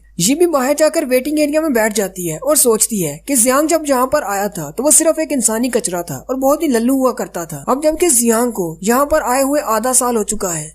पहले मुझे भी ऐसा ही लगा था कि ये सिर्फ एक यूजलेस नंबर है, लेकिन इसने अपनी एबिलिटीज को बहुत ज्यादा साबित किया है। आज लोग इसके आगे पीछे घूमते हैं। काइजर जियांग के सामने रिपोर्ट पेश करता है और कहता है, तुमने सारे बिजनेस को मैनेज करने की जिम्मेदारी मुझे दी थी, मैंने अपनी सारी आइटम्स की सेल की एक रिपोर्ट तैयार की है। क्वीन अभी भी उसकी तरफ देख रही होती है और कहती है, ये आहिस्ता आहिस्ता बहुत ज्यादा तरक्की करता जा रहा है, मुझे तो इसके लिए बहुत ज्यादा खुश होना चाहिए क्योंकि ये पहले से बहुत ज्यादा बदल चुका है, लेकिन पता नहीं मैं बहुत ज्यादा उदास हूँ। काइजर ने सेल्स का एक चार्ट बनाया होता है, फिर उनको कहता है, यहाँ पर हमारे पास वो आइटम्स है जो इस महीने बहुत ज्यादा बिकी हैं और कुछ ऐसी आइटम्स हैं जिनकी बिक्री कम हुई है। उनमें जियांग की साइकिल और उसके इंस्टेंट नूडल्स वो बहुत ज्यादा बिक रहे होते हैं। काइजर उन्हें बताता है, नूडल्स की बिक्री टीचर मोमो की वजह से बहुत ज्यादा बढ़ गई है क्योंकि टीचर मोमो अपने एक्सपेरिमेंट्स करते हैं और उसमें नए नए फ्लेवर्स डाल रहे हैं जिसकी वजह से वो लोगों को बहुत ज्यादा पसंद आ रहा है। लेकिन हमारी मेडिसिन इतनी ज्यादा नहीं बिक रही। फ्लू के लिए उन्होंने एक मेडिसिन बनाई होती है जो कि एक पाउडर की फॉर्म में होती है। काइजर उसे कहता है, ज्यादातर लोग हमारी मेडिसिन पर भरोसा नहीं करते और वो इसे नहीं खरीद रहे। ड्रूइड क्लास की टीचर उसे कहती है, मैंने तुमसे पहले ही कहा था कि पोशन की फॉर्म में लोग इसे ले लेते हैं, लेकिन तुमने इसको पाउडर बना दिया, अब इसलिए इसे वो लोग खरीद नहीं रहे। जियांग उसे कहता है, मुझे नहीं लगता कि ये बात है, मुझे लगता है शायद हमारी एडवर्टाइजमेंट में कमी है, हमें लोगों को बताना चाहिए कि हमारे पास फ्लू को खत्म करने वाली मेडिसिन है, फिर चाहे वो पाउडर में हो या फिर लिक्विड में, इससे कोई फर्क नहीं पड़ता। जियांग काइमिंग से पूछता है, तुम जो पुतले बेच रहे हो उनमें से सबसे ज्यादा पुतले कौन से बिक रहे हैं? काइमिंग उसे कहता है, तुम्हारे बनाए हुए टीचर्स के पुतलों में से टीचर फियोना के पुतले बहुत ज्यादा लोग पसंद कर रहे हैं और बहुत ज्यादा वो बिक रहे हैं। जियांग उसी वक्त कागज पर एक पिक्चर बनाता है जिस पर टीचर फियोना होती है जिनके हाथ में वो मेडिसिन होती है। जियांग उनसे कहता है, हम गली कूचों में ये पोस्टर्स बांध देंगे, टीचर फियोना का चेहरा देखकर लोग ये मेडिसिन खरीदने के लिए जरूर आएंगे, इसी को हम एडवर्टाइजमेंट कहते हैं। ये देखकर ड्रूइड क्लास की टीचर बहुत ज्यादा खुश हो जाती है और कहती है, मुझे तो अभी से सिक्के आने की खुशबू आ रही है। जियांग वो एड वाला नोट मोटो को दे देता है और कहता है, इसकी बहुत सारी फोटो कॉपीज बनाकर लाओ, पूरे गली मोहल्ले में इनको फैला दो ताकि ये हर किसी तक पहुंच सके, इससे हमारी फ्लू की मेडिसिन की बिक्री बहुत ज्यादा बढ़ जाएगी। जियांग मोहन से पूछता है, मैंने तुम्हें व्हाइट ड्रैगन टीम के लिए नए वेपन्स बनाने का कहा था, उसका काम कैसे चल रहा है? मोहन उसे कहता है, तुम्हारे बताए हुए तरीके और डिजाइन के मुताबिक मैंने बहुत सारे वेपन्स को रेडी किया है, आज जाते हुए मेरे साथ फैक्ट्री चलना, मैं तुम्हें सब कुछ दिखाऊंगा। हैंस जियांग से कहता है, वैसे हमारा बिल्डिंग्स बनाने का प्रोजेक्ट भी बहुत ही अच्छा चल रहा है, वैसे तुम्हारे तरीके के मुताबिक हम छोटे घर बना रहे हैं लेकिन उसमें रहने के लिए जगह बहुत ज्यादा है, इस तरह हम एक ही बिल्डिंग के ऊपर डबल बिल्डिंग बना सकते हैं। जियांग उन सब से कहता है, तुम सब लोगों ने बहुत ही अच्छा काम किया है, आने वाले महीनों में हम लोग बहुत ज्यादा तरक्की करेंगे और ये सब कुछ तुम सब लोगों की मेहनत का नतीजा है। फिर जियांग उनसे कहता है, लेकिन ये सब तो हमारा फर्स्ट स्टेप था, अभी मैं जो तुम लोगों को बताने वाला हूँ वो हमारा नेक्स्ट स्टेप होगा। जियांग काइजर से कहता है, जल्दी से इन्हें हमारे नए प्रोजेक्ट के बारे में बताओ। काइजर उनके सामने एक लोगो लगाता है जो कि एक्स की तरह का बना होता है और उसके नीचे इलेक्ट्रिसिटी का निशान होता है। काइजर उन सब से कहता है, मुझे पता है कि आप सब लोगों के दिमाग में बहुत सारे सवाल हैं, मैं आप लोगों को समझाता हूँ। काइजर उनसे कहता है, हमारे इस प्रोजेक्ट का नाम जियांग इलेक्ट्रिक पावर होगा। अगर हमारा ये प्रोजेक्ट सक्सेसफुल हो जाता है तो इसका मतलब हमारा ये बिजनेस सिर्फ इसी किंगडम में महदूद नहीं रह जाएगा, बल्कि हम दूसरे तमाम ट्राइब्स में भी अपने बिजनेस को फैला सकेंगे। जैसा कि आप सब लोग जानते हैं कि हमारे प्रोडक्ट्स की डिमांड बहुत ज्यादा बढ़ती जा रही है, लेकिन हमारे पास क्राफ्ट्समैन बहुत ज्यादा कम है, फोर्जिंग क्लास में ज्यादातर बच्चे नहीं आते, इसलिए हम अपने कस्टमर्स की जरूरियात को पूरा नहीं कर पा रहे। काइमेंग उसे कहता है, तो इस मसले को हल करने के लिए हमें टीचर मार्टिन से कहना चाहिए कि वो और भी ज्यादा स्टूडेंट्स को भर्ती करे ताकि वो भी फोर्जर बनकर हमारी मदद कर सके। जियांग उनसे कहता है आपकी बात बिल्कुल ठीक है, फोर्जिंग क्लास में अगर ज्यादा बच्चे आएंगे तो हमारे पास ज्यादा क्राफ्ट्समैन आएंगे, लेकिन इससे ज्यादा फर्क नहीं पड़ेगा क्योंकि किसी भी बच्चे को सिखाने के लिए बहुत ज्यादा वक्त लगेगा क्योंकि फोर्जिंग इतनी भी आसान नहीं है और इसी मसले का हल मैंने ढूंढ लिया है। जियांग मोडो से कहता है जल्दी से उस मशीन को लेकर आओ। मोडो एक मशीन को उठाकर लेकर आता है। जियांग उनसे कहता है ये मेरी एक नई इन्वेंशन है, ये एक फोर्जिंग मशीन है, ये अपने आप काम करती है और फोर्जिंग मशीन के साथ एक इलेक्ट्रिकल बॉक्स होता है। मोडो साथ साथ प्रैक्टिकल कर रहा होता है। जियांग उनसे कहता है हमें बस इस मशीन के प्लग को इस बड़े बॉक्स में लगाना है जिससे इसको इलेक्ट्रिसिटी मिलेगी और ये अपने आप चलना शुरू हो जाएगी। फिर वो उस मशीन के नीचे एक पत्थर को रखते हैं। मशीन अपने आप उसके ऊपर एक छोटे से टैंक की तस्वीर बना देती है। काइमिंग ये देखकर बहुत ज्यादा हैरान हो जाता है और कहता है ये तो अपने आप काम कर रही है। जियांग उनसे कहता है एक बार हमने इस मशीन को प्रोग्राम कर दिया तो ये अपने आप इस तरह के मॉडल्स बनाती जाएगी, चाहे हम कितने भी इस तरह के मॉडल्स बनवा लें। जैसे ही वो मशीन अपनी पिक्चर को कंप्लीट करती है वो टैंक बाहर निकल आता है। असल में छोटा सा एक टॉय टैंक होता है। हैंस उस मशीन को देखकर बहुत ज्यादा हैरान हो जाता है और कहता है हमने सालों लगाकर फोर्जिंग की टेक्निक सीखी, तुमने ऐसी मशीन कैसे बना ली जो कि खुद ब खुद फोर्जिंग कर सकती है। जबकि टीचर मोमो परेशान हो जाते हैं और कहते हैं तुम्हारी इस मशीन के आने के बाद मेरी तो वैल्यू खत्म हो जाएगी क्योंकि इंस्टेंट नूडल्स इससे बनाए जा सकते हैं। जबकि काइमिंग बहुत ज्यादा खुश हो जाता है और कहता है इससे तो हमारी कॉस्ट बहुत ज्यादा कम हो जाएगी और हम चीजें ज्यादा बना सकेंगे। वहीं पर बैठा एक और लड़का उसे कहता है मुझे एक बात बताओ, मुझे एक बात की समझ नहीं आई। फोर्जिंग के लिए किसी भी चीज का तुम्हारे दिमाग में होना जरूरी है। तुम्हें क्या लगता है कि तुम्हारी मशीन सोच सकती है? भाई ये कैसे मुमकिन होगा? जियांग उसे कहता है कि तुम बिल्कुल ठीक कह रहे हो, मशीन कभी भी खुद नहीं सोच सकती, इसलिए हमें इनके अंदर प्रोग्रामिंग करनी होगी। एक बार इनकी प्रोग्रामिंग मुकम्मल हो गई तो उसके बाद ये मशीन वैसे ही काम करती रहेगी। हैंस उससे पूछता है तो इसका मतलब तुम्हारी मशीन बाउंड्री फोर्स को इस्तेमाल कर सकती है? जियांग उसे कहता है नहीं, ऐसी बात नहीं है। टूर्नामेंट के दौरान टीचर मार्टिन ने मुझे बताया था कि मैं बहुत सारी फॉर्मेशंस को इस्तेमाल करते हुए एक नॉन मैजिक यूजर होते हुए मैजिक को यूज कर सकता हूँ, जैसे कि मैंने इस्तेमाल किया था। इसी तरह हमें एक मैजिक फॉर्मेशन बनानी है, चाहे वो एक पेपर के ऊपर बना दे और उसे उस मशीन के अंदर सेट कर देना है और जितने भी डिजाइन हमें चाहिए उन सब के लिए अलग अलग फॉर्मेशन बनाकर उन मशीन के अंदर सेट कर देंगे और जैसे ही पिक्चर कम्प्लीट हो जाया करेगी वो अपने आप फोर्ज हो जाएगी। ये भी क्योंकि मैजिक क्लास में पढ़ती है इसलिए मैंने और उसने मिलकर बहुत ज्यादा मेहनत करके एक फॉर्मेशन बना ली है। अब इसके बाद हम ऐसी फॉर्मेशन को इस मशीन के अंदर इस्तेमाल करते रहेंगे। टीचर मोमो फिर से उसे कहते हैं तो इसका मतलब तो ये हुआ कि हमारे सारे शेफ्स बेकार हो जाएंगे तुम्हारी मशीन की वजह से। जियांग टीचर मोमो से कहता है कि ऐसी बात नहीं है, मशीनरी अच्छी चीज है लेकिन हम अपने शेफ्स को नहीं भूल सकते। इन मशीन्स को ये नहीं पता कि इन्हें कौन सी रेसिपी बनानी है, ये तो हमेशा एक ही रेसिपी बनाएंगी। लेकिन आप शेफ्स हैं, आप सबका ये काम होगा कि आप नई नई रेसिपीज इसमें ऐड करते रहें।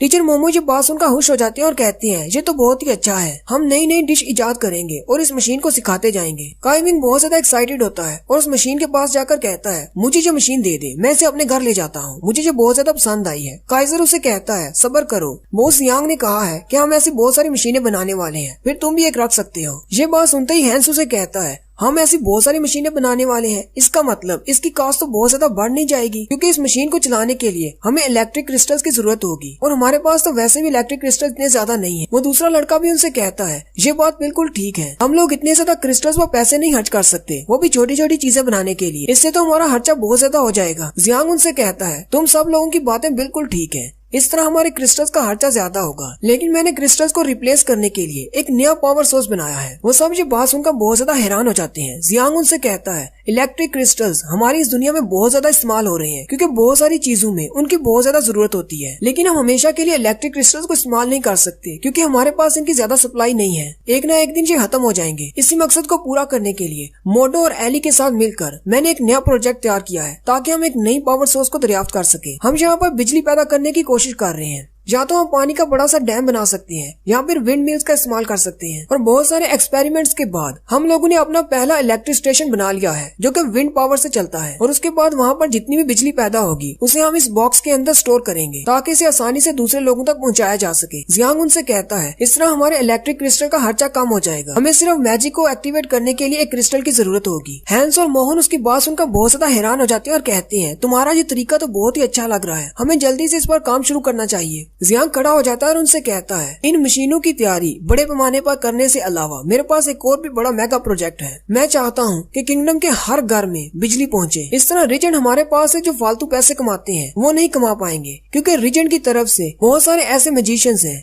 जो लोगों को सर्विस प्रोवाइड करके उनसे पैसे लेते हैं और वो सारे पैसे रीजन के पास जाते हैं। हालांकि यहाँ पर सभी के पास बाउंड्री फोर्स है, लेकिन ज्यादातर मैजिशियन क्लास के बच्चे अमीर लोगों को सर्विस प्रोवाइड करने के लिए ही लगाए जाते हैं और आम लोग जिनके पास पैसे नहीं होते वो बेचारे अपनी जिंदगी ऐसे ही गुजार रहे हैं। उन्हें इन मैजिशियंस की सर्विसेज नहीं मिलती और ना ही वो इस तरह के क्रिस्टल्स को खरीद कर अपनी जिंदगी को बेहतर बना सकते हैं। साथ ही जियांग उन्हें एक मिसाल देता है और कहता है, फर्ज करो तपती धूप में एक गरीब का बच्चा दरख्त के नीचे लेटा हो और उसके पास हमारा जो इलेक्ट्रिक बॉक्स हो, उसकी मदद से वो एक पंखे की ठंडी हवा ले रहा हो, तो वो कितनी आराम से सो सकता है और रात के वक्त हर एक के घर में रोशनी जले जिससे अंधेरे का डर खत्म हो जाएगा। इसके अलावा इलेक्ट्रिसिटी की मदद से तुम लोग खाना पका सकते हो, पानी गर्म कर सकते हो, हमें लकड़ियां नहीं जलाना पड़ेंगी। इसके अलावा तुम्हें नहाने के लिए गर्म पानी भी मिल जाया करेगा। आने वाले वक्त में इस किंगडम में बहुत कुछ बदलने वाला है और हमारे इस मेगा प्रोजेक्ट से सिर्फ हमारे किंगडम का फायदा नहीं होगा, जबकि आसपास के सारे ट्राइब्स का भी इसका फायदा होगा। मैं इस पूरी दुनिया को इनोवेशन की तरफ लेकर जाना चाहता हूँ ताकि इसके फ्यूचर को बेहतर से भी बेहतर बनाया जा सके। जियांग उनसे कहता है, अपने इस पावर बॉक्स की मदद से हम सिर्फ एक दो लाइट्स को ही जला सकते हैं, फिर अपनी पावर को बढ़ाएंगे। हो सकता है शुरुआत में हम सिर्फ एक दो घर को ही इलेक्ट्रिसिटी दे सके और फिर आहिस्ता आहिस्ता हम अपनी कैपेसिटी को बढ़ाते जाएंगे, फिर हम 100 घरों तक पहुंच जाएंगे और हमारा फाइनल स्टेप ये होगा कि हमने पूरे किंगडम के हर एक घर को इलेक्ट्रिसिटी देनी है ताकि पूरे के पूरे आसमान को रोशन किया जा सके। तुम लोग बस इमेजिन करके देखो, इलेक्ट्रिसिटी की पावर से हम लोग कहां से कहां पहुंच सकते हैं। इसलिए मुझे तुम सब की मदद चाहिए ताकि हम लोग जल्दी से ग्रिड स्टेशन बना सके और बिजली की सप्लाई का काम शुरू करें ताकि हर घर तक बिजली पहुंचाई जा सके। वो सारे लोग उसकी बात सुनकर बिल्कुल चुप हो जाते हैं। जियांग उन्हें देखा हैरान हो जाता है और कहता है, ये सब लोग चुप क्यों हो गए? हालांकि इन्हें तो तालियां बजानी चाहिए थी। क्वीन अभी भी बाहर बैठी होती है। जियांग क्वीन से कहता है, जल्दी से अंदर आओ और मुझे इस सिचुएशन से बाहर निकालो। लेकिन उसी वक्त वहाँ पर प्रिंसिपल आ जाते हैं और जियांग से कहते हैं, अगर ऐसा वाकई में हो जाता है इस तरह तो किंगडम के हर घर में लाइट नजर आएगी। जियांग जल्दी से पीछे की तरफ घूमता है तो वो प्रिंसिपल होते हैं। प्रिंसिपल जियांग से कहते हैं, अब तो मुझे भी तुम्हें बॉस जियांग कहना चाहिए। जियांग प्रिंसिपल से कहता है, प्रिंसिपल आपकी तो कॉमेडी बहुत ज्यादा अच्छी है। प्रिंसिपल बाकियों की तरफ देखता है और कहता है, ये प्रिंसिपल को देखकर खड़े क्यों नहीं हुए? प्रिंसिपल उनसे कहते हैं, तुम्हें हैरान होने की जरूरत नहीं, हम लोग यहाँ पर नहीं है, मैंने अपने टाइम मैजिक का इस्तेमाल किया है। जियांग हैरान हो जाता है और प्रिंसिपल से पूछता है, क्या आपने टाइम मैजिक को इस्तेमाल करते हुए सारे टाइम का फ्रीज कर दिया पूरे किंगडम के लिए? प्रिंसिपल उसे कहते हैं, नहीं ऐसी बात नहीं है, यहाँ पर सिर्फ तुम्हें फ्रीज किया गया है, मैं तुम्हें उस डायमेंशन से निकाल कर अपनी डायमेंशन में ले आया हूँ। ये सुनते ही जियांग बहुत ज्यादा घबरा जाता है और सोचता है, प्रिंसिपल तो बहुत ज्यादा पावरफुल है, अगर ये इंसानों और डीमंस की फाइट के दरमियान शामिल हो जाए तो ये जिस भी ट्राइब की तरफ से फाइट करेंगे सामने वाले ट्राइब को तो ये चुटकी बजाकर खत्म कर देंगे। प्रिंसिपल आगे बढ़ते हैं और कहते हैं, तुम्हें इस बारे में सोचने की जरूरत नहीं, मेरी पावर्स की भी एक लिमिट है। जियांग क्योंकि ये बात भूल चुका होता है कि प्रिंसिपल उनकी सोच को भी पढ़ सकते हैं। प्रिंसिपल फिर से उसकी सोच पढ़ लेते हैं और कहते हैं, मैं ये सब कुछ जानबूझकर नहीं करता, ये तो मेरी पावर है, मैं खुद ब खुद दूसरों की सोच को पढ़ लेता हूँ। प्रिंसिपल उससे कहते हैं, चलो इस बहस को छोड़ो, आओ और बैठो, मुझे तुमसे कोई बात करनी है। जियांग भी प्रिंसिपल से कहता है, आपको मुझसे कौन सी बात करनी है? वैसे भी मैं आपके पास आने वाला था, मुझे भी आपसे कोई बात करनी है। प्रिंसिपल जियांग से कहते हैं, मुझे एक बड़ी ऑथेंटिक इन्फॉर्मेशन मिली है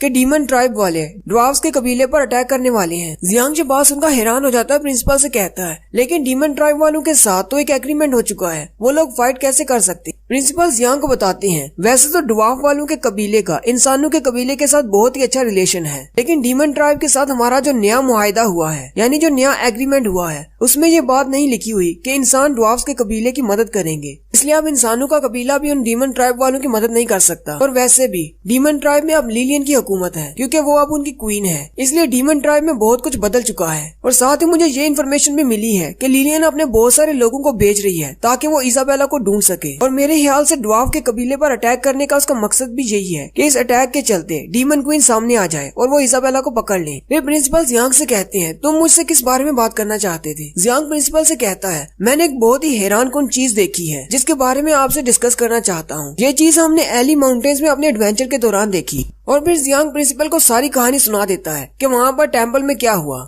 और कैसे उन्होंने उस डिवाइन वेपन और क्रिस्टल की मदद से एली को हील किया। प्रिंसिपल ये सुनते ही जियांग से कहते हैं, इसका मतलब तुम और क्वीन दोनों एक ऐसी जगह पर गए थे जहाँ पर वो डिवाइन रैलिक पड़ा हुआ था। प्रिंसिपल जल्दी से उठकर खड़े हो जाते हैं और जियांग से कहते हैं, जल्दी से वो डिवाइन वेपन मुझे दे दो। जियांग प्रिंसिपल को इस तरह देखकर सोचता है, आखिर प्रिंसिपल को क्या हो गया, ये इतनी जल्दी इस तरह क्यों बिहेव कर रहा है? लेकिन साथ ही वो चुप हो जाता है और कहता है, प्रिंसिपल मेरी सोच को पढ़ लेगा। जियांग अपने बैग में से इस बॉक्स को निकालता है जिसके अंदर उसने उस डिवाइन वेपन को रखा होता है, जिसके अंदर वो क्रिस्टल है। प्रिंसिपल जियांग से कहते हैं, इसको मैं अपने पास रख रहा हूँ। जियांग प्रिंसिपल से कहता है, ये डिवाइन वेपन तो बहुत ज्यादा पावरफुल है। इसके ऊपर जो रेड स्टोन लगा हुआ है ये बहुत ज्यादा पावरफुल है। इसी की मदद से हमने एली को हील किया था और इसके अलावा वहाँ पर हमने एक चिपकली देखी थी जो कि इवॉल्व होकर एक ड्रैगन बन गई। इसका मतलब ये है कि ये लाइफ को क्रिएट कर सकता है। ये बात सुनते ही प्रिंसिपल बहुत ज्यादा गुस्सा हो जाते हैं और कहते हैं मुझे लगा था शायद तुम्हें इसके बारे में नहीं पता या फिर सिर्फ तुम अपनी सोच का बता रहे हो, लेकिन तुम इतनी जल्दी इस नतीजे पर कैसे पहुँच गए? इस क्रिस्टल की मदद से हम लाइफ को क्रिएट कर सकते हैं। क्या तुम्हें मार्टिन ने ये सिखाया नहीं? प्रिंसिपल और भी ज्यादा गुस्सा हो जाते हैं और जियांग से कहते हैं क्या तुम्हें मार्टिन ने ये बिल्कुल नहीं सिखाया कि कभी भी फोर्जिंग की टेक्निक को किसी जिंदा चीज को बनाने के लिए इस्तेमाल मत करना। ये एक रेड लाइन है और तुम्हें इसे हरगिज क्रॉस नहीं करना चाहिए। जियांग प्रिंसिपल से कहता है मुझे उस रूल के बारे में पता है, मैं तो बस थोड़ा सा एक्साइटेड हो गया था। वो भी एक्सप्लेन करने ही लगता है कि प्रिंसिपल उसे अपनी अलग डायमेंशन में ले जाते हैं और साथ ही वो अपनी बाउंड्री फोर्स को एक्सपेंड करते हैं। तो प्रिंसिपल की एक स्पेशल एबिलिटी है जो कि बिल्कुल माइक यासु की फियर एबिलिटी के जैसी है। जियांग बहुत ज्यादा घबरा जाता है और कहता है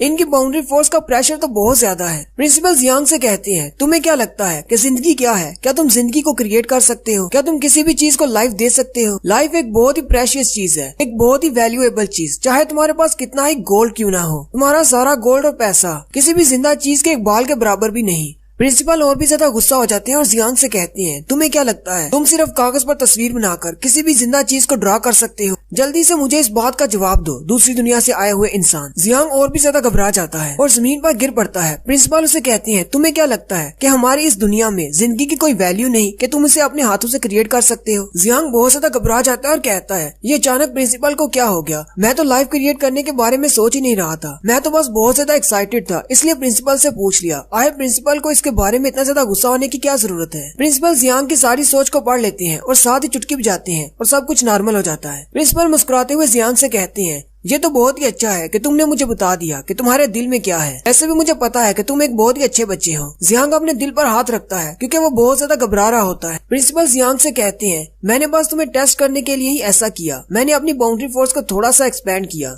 इससे हो सकता है कि तुम्हें थोड़ा सा अजीब महसूस हो, लेकिन तुम जल्दी ही ठीक हो जाओगे। प्रिंसिपल जियांग से कहते हैं मुझे कुछ पास्ट का याद आ गया था जब तुमने लाइफ क्रिएट करने के बारे में बात की, इसलिए मैं थोड़ा सा गुस्सा हो गया था। चलो तुम इस बात को भूल जाओ। प्रिंसिपल वहाँ से जाने लगते हैं। जियांग फिर से उठ खड़ा होता है, प्रिंसिपल से कहता है एक मिनट रुको, मुझे बताओ कि पास्ट में क्या हुआ था। जियांग प्रिंसिपल से कहता है मैं ये बात जानना चाहता हूँ कि पास्ट में ऐसा क्या हुआ था जिसकी वजह से आपको इतना ज्यादा गुस्सा होना पड़ा, और मैं ये बात भी जानना चाहता हूँ कि फोर्जिंग में ऐसा रूल क्यों है कि हम लोग लाइफ क्रिएट नहीं कर सकते। प्रिंसिपल जियांग से कहते हैं ये एक बहुत ही गहरी सच्चाई है जिसके बारे में इस दुनिया के लोगों को पता नहीं होना चाहिए। अब क्योंकि तुम दूसरी दुनिया से आए हो तो तुम्हें बताना सेफ है। प्रिंसिपल आगे बढ़ते हैं और जियांग के कंधे पर हाथ रखकर उसे कहते हैं तुम अपने आप क्यों नहीं देख लेते। प्रिंसिपल जियांग को अपने ब्रेन के अंदर अपनी पास्ट की मेमोरीज में ले जाते हैं। जियांग प्रिंसिपल के ब्रेन के अंदर उसी पुराने टेम्पल के अंदर होता है जैसे टेम्पल में वो एली माउंटेन्स के अंदर गए थे। जियांग प्रिंसिपल से कहता है ये टेम्पल तो बिल्कुल वैसा ही लग रहा है जैसा हमने एली माउंटेन्स में देखा था। प्रिंसिपल उसे कहते हैं ऐसे टेम्पल्स बहुत सारे हैं, तुमने तो बस एक ही देखा है, ये कोई और टेम्पल है, ये वो वाला नहीं है, ये मेरी पास्ट मेमोरी से है, बहुत साल पहले से। जियांग प्रिंसिपल से कहता है तो इसका मतलब ये सारी तस्वीरें आपकी मेमोरी के अंदर हैं। उसी वक्त उनके सामने एक पोर्टल ओपन होता है जिसमें से कुछ लोग निकलते हैं जो कि आम गांव वाले होते हैं। उनमें ज्यादातर बूढ़े और बच्चे होते हैं, जबकि एक औरत भी होती है जिसके हाथ में एक छोटा सा बच्चा होता है। वो लोग बहुत ज्यादा हैरान होते हैं और कहते हैं क्या हमें चूज किया गया है? कहाँ पर हैं गॉड्स? क्या हमें गॉड से मिलने के लिए बुलाया गया है? जियांग प्रिंसिपल से पूछता है ये तो सारे आम लोग लगते हैं, क्या इन सबको भी पता है कि यहाँ पर टेम्पल है? क्या तब लोग यहाँ पर आसानी से आ जा सकते थे? प्रिंसिपल उसे कहते हैं बस चुपचाप आके देखते जाओ, तुम्हें जल्दी ही सब कुछ पता चल जाएगा। वो गाँव वाले जहाँ पर खड़े होते हैं उनके इर्द गिर्द बड़े बड़े जाइंट्स जिनके सर पर हॉर्न्स होते हैं वो निकलते हैं, और ये सारे बड़े लोग गॉड्स के ट्राइब से हैं। जियांग को उन्हें देखते ही दीवार पर बनी हुई पिक्चर याद आ जाती है। जियांग कहता है ये सारे तो वही गॉड्स हैं जो कि उस पिक्चर में थे। गाँव वाले उन्हें देखकर बहुत ज्यादा खुश हो जाते हैं और कहती हैं ये तो हमारे गॉड्स हैं। वो जल्दी से नीचे बैठ जाते हैं और उनकी पूजा करना शुरू कर देते हैं और कहती हैं ये तो हमारे गॉड्स हैं, और उनका शुक्रिया अदा करना शुरू कर देते हैं और कहते हैं आप लोगों ने हमें जिंदगी दी, हमें नॉलेज दी और हमें मैजिक दिया। आप सबके इस एहसान के बदले में हम अब गॉड्स के लिए कुछ भी करने को तैयार हैं। हमारी जिंदगी सिर्फ आपकी है। जियांग प्रिंसिपल से कहता है लेकिन मैंने तो सुना था कि जितना भी मैजिक और नॉलेज है ये सारा कुछ ड्रैगन से आया है। प्रिंसिपल उसे कहते हैं तुम बस आगे आके देखते जाओ होता क्या है। यहाँ पर तुम्हें बहुत कुछ ऐसा पता चलेगा जो तुम्हें पहले नहीं पता। इंसानों को अभी तक जो कुछ भी पता है वो सब कुछ झूठ है। प्रिंसिपल की पास मेमोरी में प्रिंसिपल खुद भी होते हैं। वो सीधे आकर गॉड किंग से कहते हैं आपने वेस्ली आंद्रे को बुलाया, आपका गुलाम आपकी खिदमत में हाजिर है, हुक्म करें आप मुझसे क्या कहना चाहते हैं। जियांग उसे देखकर प्रिंसिपल से पूछता है क्या ये आप हैं? प्रिंसिपल उसे कहते हैं हाँ ये मैं ही था और उस वक्त मैं इन गार्ड्स का गुलाम हुआ करता था। वो सारे गांव वाले प्रिंसिपल की तरफ देखते हैं और कहते हैं आखिर वेस्ली आंद्रे किससे बात कर रहा है, सामने तो कोई भी नहीं है। हालांकि प्रिंसिपल के सामने गॉड किंग बैठा होता है जो सिर्फ प्रिंसिपल को दिखाई देता है। जियांग प्रिंसिपल से पूछता है ये सामने कुर्सी पर जो बैठा हुआ है क्या ये इन सारे गॉड्स का बॉस है? इसका मतलब ये गॉड्स का किंग है, तो क्या ये सिर्फ तुम्हें ही दिखाई देता है, बाकियों को दिखाई क्यों नहीं देता? प्रिंसिपल जियांग की इस बात का कोई जवाब नहीं देते। गॉड किंग प्रिंसिपल से कहता है आंद्रे तुम्हें क्या हो गया है, इस बार तुम सैक्रिफाइस के लिए जितने भी लोग लेकर आए हो वो सारे या तो बूढ़े हैं या फिर बच्चे हैं, ये बहुत ज्यादा कमजोर हैं। क्या गाँव में और भी ऐसे कोई लोग नहीं बचे जो बहुत ज्यादा ताकतवर हों? प्रिंसिपल गॉड किंग से कहते हैं असल में बात यह है कि सारे ट्राइब्स आपस में फाइट कर रहे हैं और बहुत ज्यादा स्ट्रॉन्ग जो लोग थे वो मर चुके हैं और मैं सिर्फ इन्हीं को मैनेज कर पाया हूँ। छोटे गॉड्स जो कि दूर खड़े होते हैं वो आंद्रे से कहते हैं ये कमजोर इंसान ऐसा कैसे कर सकते हैं, हमने इनको बनाया था, इनको फाइट नहीं करनी थी, सिर्फ हमारे सैक्रिफाइस बनना था। उन गाँव वालों में से एक बूढ़ा शख्स उनसे कहता है प्लीज गॉड मुझे चुन ले, मुझे अपने साथ जन्नत में ले जाए, मैं आपको यकीन दिलाता हूँ मैं आपकी पूरी तरह से हिदमत करूंगा। बाकी के सारे गाँव वाले भी जो कहना शुरू कर देते हैं हमें भी अपने साथ ले जाए, हम भी अपनी पूरी कोशिश करेंगे ताकि आपकी भरपूर सेवा की जा सके। जियांग जे देखकर हैरान हो जाता है और कहता है आखिर ये गॉड्स यहाँ पर करने क्या वाले हैं? गॉड किंग आंद्रे से कहता है चलो छोड़ो इस बात को, हम अपना रिचुअल शुरू करते हैं। वो सारे छोटे गॉड्स अपने पास से वही डिवाइन वेपन निकालते हैं और उनको गाँव वालों की तरफ पॉइंट करते हैं जिसमें से एनर्जी निकलती है और उन गाँव वालों के सर के ऊपर एक बड़ा सा स्फीरिकल बॉल बनता है। बेचारे गाँव वाले उसकी तरफ देखकर कहते हैं यही जन्नत का दरवाजा होगा, लेकिन जियांग उसे देखकर बहुत ज्यादा घबरा रहा होता है क्योंकि जियांग को पता होता है कि उस स्फीरिकल बॉल में से बहुत ज्यादा इलेक्ट्रिसिटी निकल रही है। जैसे ही वो स्फीरिकल बॉल थोड़ा सा बड़ा होता है तो वो सारे गांव वाले शैटर होकर उसके अंदर एब्जॉर्ब होना शुरू हो जाते हैं। सारे बच्चे बूढ़े सारे उसी के अंदर एब्जॉर्ब हो जाते हैं। जियांग से देखकर रोना शुरू कर देता है और कहता है यहाँ तक कि औरतों और छोटे बच्चों को भी नहीं बख्शा गया। जियांग चीखता हुआ आगे बढ़ता है और उन्हें रोकने की कोशिश करता है। प्रिंसिपल उसे कहते हैं इसका कोई फायदा नहीं, ये तो सालों पहले की सिर्फ एक मेमोरी है, तुम इसे नहीं रोक सकते। प्रिंसिपल जियांग से कहते हैं तुम्हें इतना ज्यादा रिएक्ट करने की जरूरत नहीं, उस वक्त जितने भी सैक्रिफाइस किए जाते थे वो सिर्फ आम गांव वाले होते थे जो कि बिल्कुल निर्दोष थे। जियांग प्रिंसिपल से कहता है तो क्या यही वो तरीका है जिसकी मदद से ये जेमस्टोन्स बनाते हैं? असल में यहाँ पर समझने की बात ये है गॉड्स उन डिवाइन वेपन्स को इस्तेमाल करते हुए गांव वालों को मार देते हैं और उनके अंदर से एनर्जी को एब्जॉर्ब करके क्रिस्टल्स बनाते हैं, बिल्कुल फिलोसफर स्टोन की तरह जैसे कि फुल मेटल एल्केमिस्ट में बनाए जाते हैं। जियांग के देखते ही देखते वो स्फीरिकल बॉल खत्म हो जाता है, लेकिन वहाँ पर एक छोटा सा रेड क्रिस्टल बनता है। जियांग उस क्रिस्टल को देखकर बहुत ज्यादा घबरा जाता है क्योंकि वो इंसानों की जिंदगी से बनाया गया होता है। प्रिंसिपल जियांग से पूछते हैं अब तुम्हें कैसा लगता है, क्या तुम इन जेमस्टोन्स को इस्तेमाल करने के काबिल हो? ये सब कुछ देखने के बाद ये जेमस्टोन्स कैसे बनाए जाते हैं? जियांग जल्दी से अपने गले से अपनी रिंग निकालता है और कहता है क्या मेरी रिंग के ऊपर लगा हुआ क्रिस्टल ये भी इसी तरह बनाया गया है? प्रिंसिपल उसे कहते हैं हाँ ये इसी तरह बनाया गया है, लेकिन ये बहुत ज्यादा प्योर है। इसकी प्योरिटी इसलिए ज्यादा है क्योंकि इसको बनाने के लिए बहुत ज्यादा इंसानों की बलि चढ़ी है। जितने ज्यादा लोगों की बलि चढ़ाई जाएगी उतना ही ज्यादा पावरफुल क्रिस्टल क्रिएट होगा। जियांग ये बात सुनकर और भी ज्यादा घबरा जाता है और यही बिल्कुल भी अच्छी बलि नहीं लेकर आ रहे, ये बहुत ज्यादा कमजोर होते जा रहे हैं। अगर ऐसा ही चलता रहा तो मुझे खुद एक्शन लेना होगा और मैं सबको खत्म कर दूंगा। प्रिंसिपल गॉड किंग से कहते हैं मैं आपसे माफी चाहता हूँ, मैं आपको यकीन दिलाता हूँ कि अगली बार मैं आपके लिए आला क्वालिटी की बलि लेकर आऊंगा जिससे बहुत ही अच्छे क्रिस्टल्स बनेंगे। गॉड किंग प्रिंसिपल से कहता है अच्छा जो भी हो ये वाला क्रिस्टल तुम रख सकते हो। प्रिंसिपल गॉड किंग से कहते हैं क्या वाकई में मैं इस गॉड स्टोन को रख सकता हूँ, क्या मैं इस लायक हूँ? बाकी के छोटे गॉड्स उसे कहते हैं तुम्हारा क्या मतलब है, इस घटिया से स्टोन को तुम गॉड स्टोन कैसे कह सकते हो जो कि बहुत ही कमजोर लोगों से बनाया गया है? हमें आला क्वालिटी के गॉड स्टोन्स चाहिए, ऐसे स्टोन का हम क्या करेंगे? अगली बार हमारे लिए बहुत ज्यादा ताकतवर इंसान लेकर आना। जियांग ये देखकर कहता है तो इसका मतलब हम सब लोग इनके लिए एक फार्म में रखे हुए जानवरों की तरह हैं जिन्हें वो जब दिल करता है काट कर खा जाते हैं। वो गॉड्स वेस्ली आंद्रे से कहते हैं तुम्हें ये बात नहीं भूलनी चाहिए, इस दुनिया में जो कुछ भी है वो सब कुछ हमारे गॉड किंग ने बनाया है, इसलिए ये सब कुछ हमारा है और हम लोग तो बस रिसाइकलिंग कर रहे हैं उसी लाइफ की जो हमने खुद क्रिएट की थी। जियांग प्रिंसिपल से कहता है तो इसका मतलब उस वक्त आप भी इनकी मदद करते रहे हैं और इनको सैक्रिफाइस पेश करने के लिए लोगों को ढूंढ कर लाते रहे हैं। जियांग प्रिंसिपल से कहता है लेकिन अभी उस गॉड ने कहा कि इस दुनिया में जितनी भी लाइफ है वो सारी इन्होंने बनाई है। प्रिंसिपल जियांग से कहते हैं हाँ बिल्कुल ऐसा ही है, मुझे भी इन्होंने बनाया था, मैं पहले बैच का इंसान हूँ और उसके बाद से मैं इनका गुलाम हूँ और इनकी हिदमत कर रहा हूँ। प्रिंसिपल उसे कहते हैं यहाँ पर सिर्फ डीमन क्लैन के अलावा बाकी जितने भी क्लैन्स हैं या फिर जितनी भी लाइफ फॉर्म्स हैं वो सारी इन्हीं गॉड्स ने क्रिएट की है। साथ ही प्रिंसिपल गॉड्स के बारे में बताते हैं कि असल में ये गॉड्स नहीं बल्कि एक ट्राइब है जिसे गॉड ट्राइब कहा जाता है। ये वाले लोग बहुत ज्यादा पावरफुल थे और जो पहले इस दुनिया पर थे हमसे भी पहले, और इनकी बाउंड्री फोर्स बहुत ज्यादा थी और यही वो लोग थे जिन्होंने सबसे पहले पांचों एलिमेंट के मैजिक को कंट्रोल करना सीखा।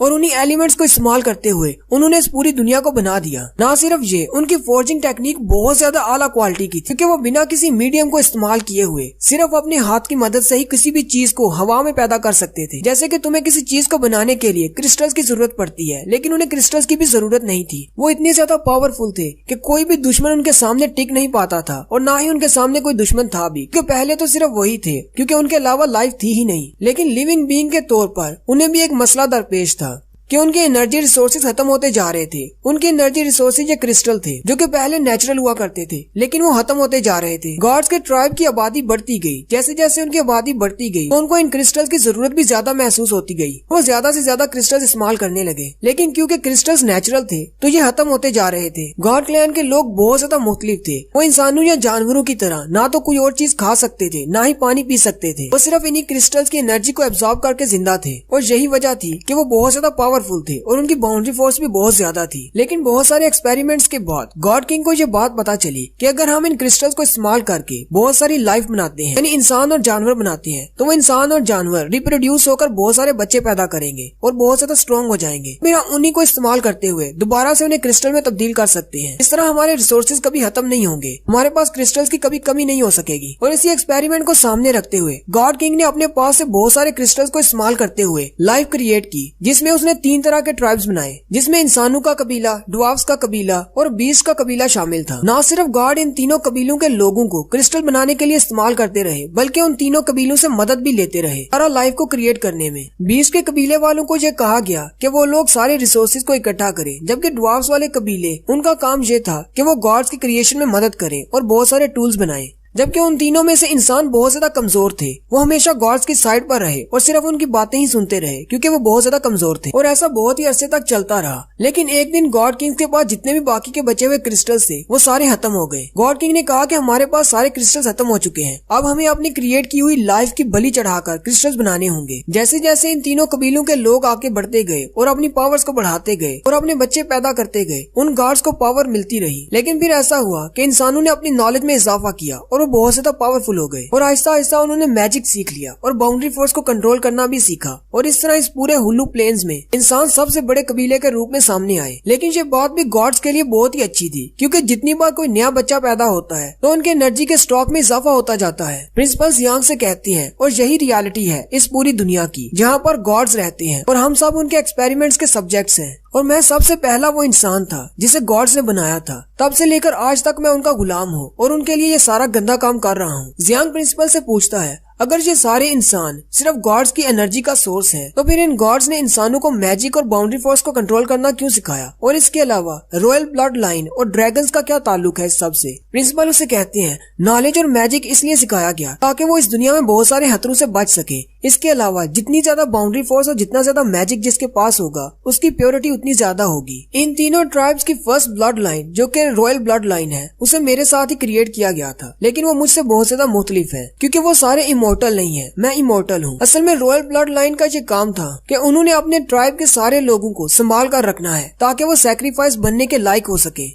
इसी मकसद के लिए गॉड्स ने एक एंशियंट ड्रैगन को बुलाया ताकि वो इस रॉयल ब्लड लाइन को प्रोटेक्ट कर सके। जियांग प्रिंसिपल से कहता है, मुझे लगता है कि मुझे सारी बात की समझ आ रही है कि क्यों मास्टर गुरु ने खुदकुशी कर ली, क्यों इतने साल पहले सोफिसास के गांव पर बैंडिट्स ने हमला किया और वहां से लोगों को उठाकर ले गए, क्यों रिचर्ड ने ईस्ट की तरफ हमला किया और सारे लोगों को मार डाला। तो इसका मतलब ये है कि अभी भी गॉड्स को बलिदान दिए जा रहे हैं। इन सारे लोगों के मरने के बाद ये सारी एनर्जी गॉड्स के ट्राइब के लोगों के पास जाती है। जियांग प्रिंसिपल से कहता है, इसका मतलब तुम्हें ये सारी बात का पहले से पता था और इसके बाद भी तुम रिचर्ड की मदद कर रहे हो। प्रिंसिपल उसे कहती है, तुम्हें काफी ज्यादा समझ आ चुकी है, लेकिन बहुत कुछ ऐसा है जिसकी अभी तुम्हें समझ नहीं। अभी मेरी बाकी की मेमोरीज को देखो। फिर से वो मेमोरीज में चले जाते हैं। गॉड किंग अपने सारे गॉड्स को कहता है, हमारे पास क्रिस्टल के जितने भी रिसोर्सेज बचे हुए थे इंसानों को क्रिएट करने के बाद, वो सारे खत्म होने वाले हैं। इसलिए मैं चाहता हूँ कि तुम लोग लंबी नींद में चले जाओ। वो सारे छोटे गॉड उसकी बात मानते हैं और हाइबरनेट कर जाते हैं, यानी सो जाते हैं।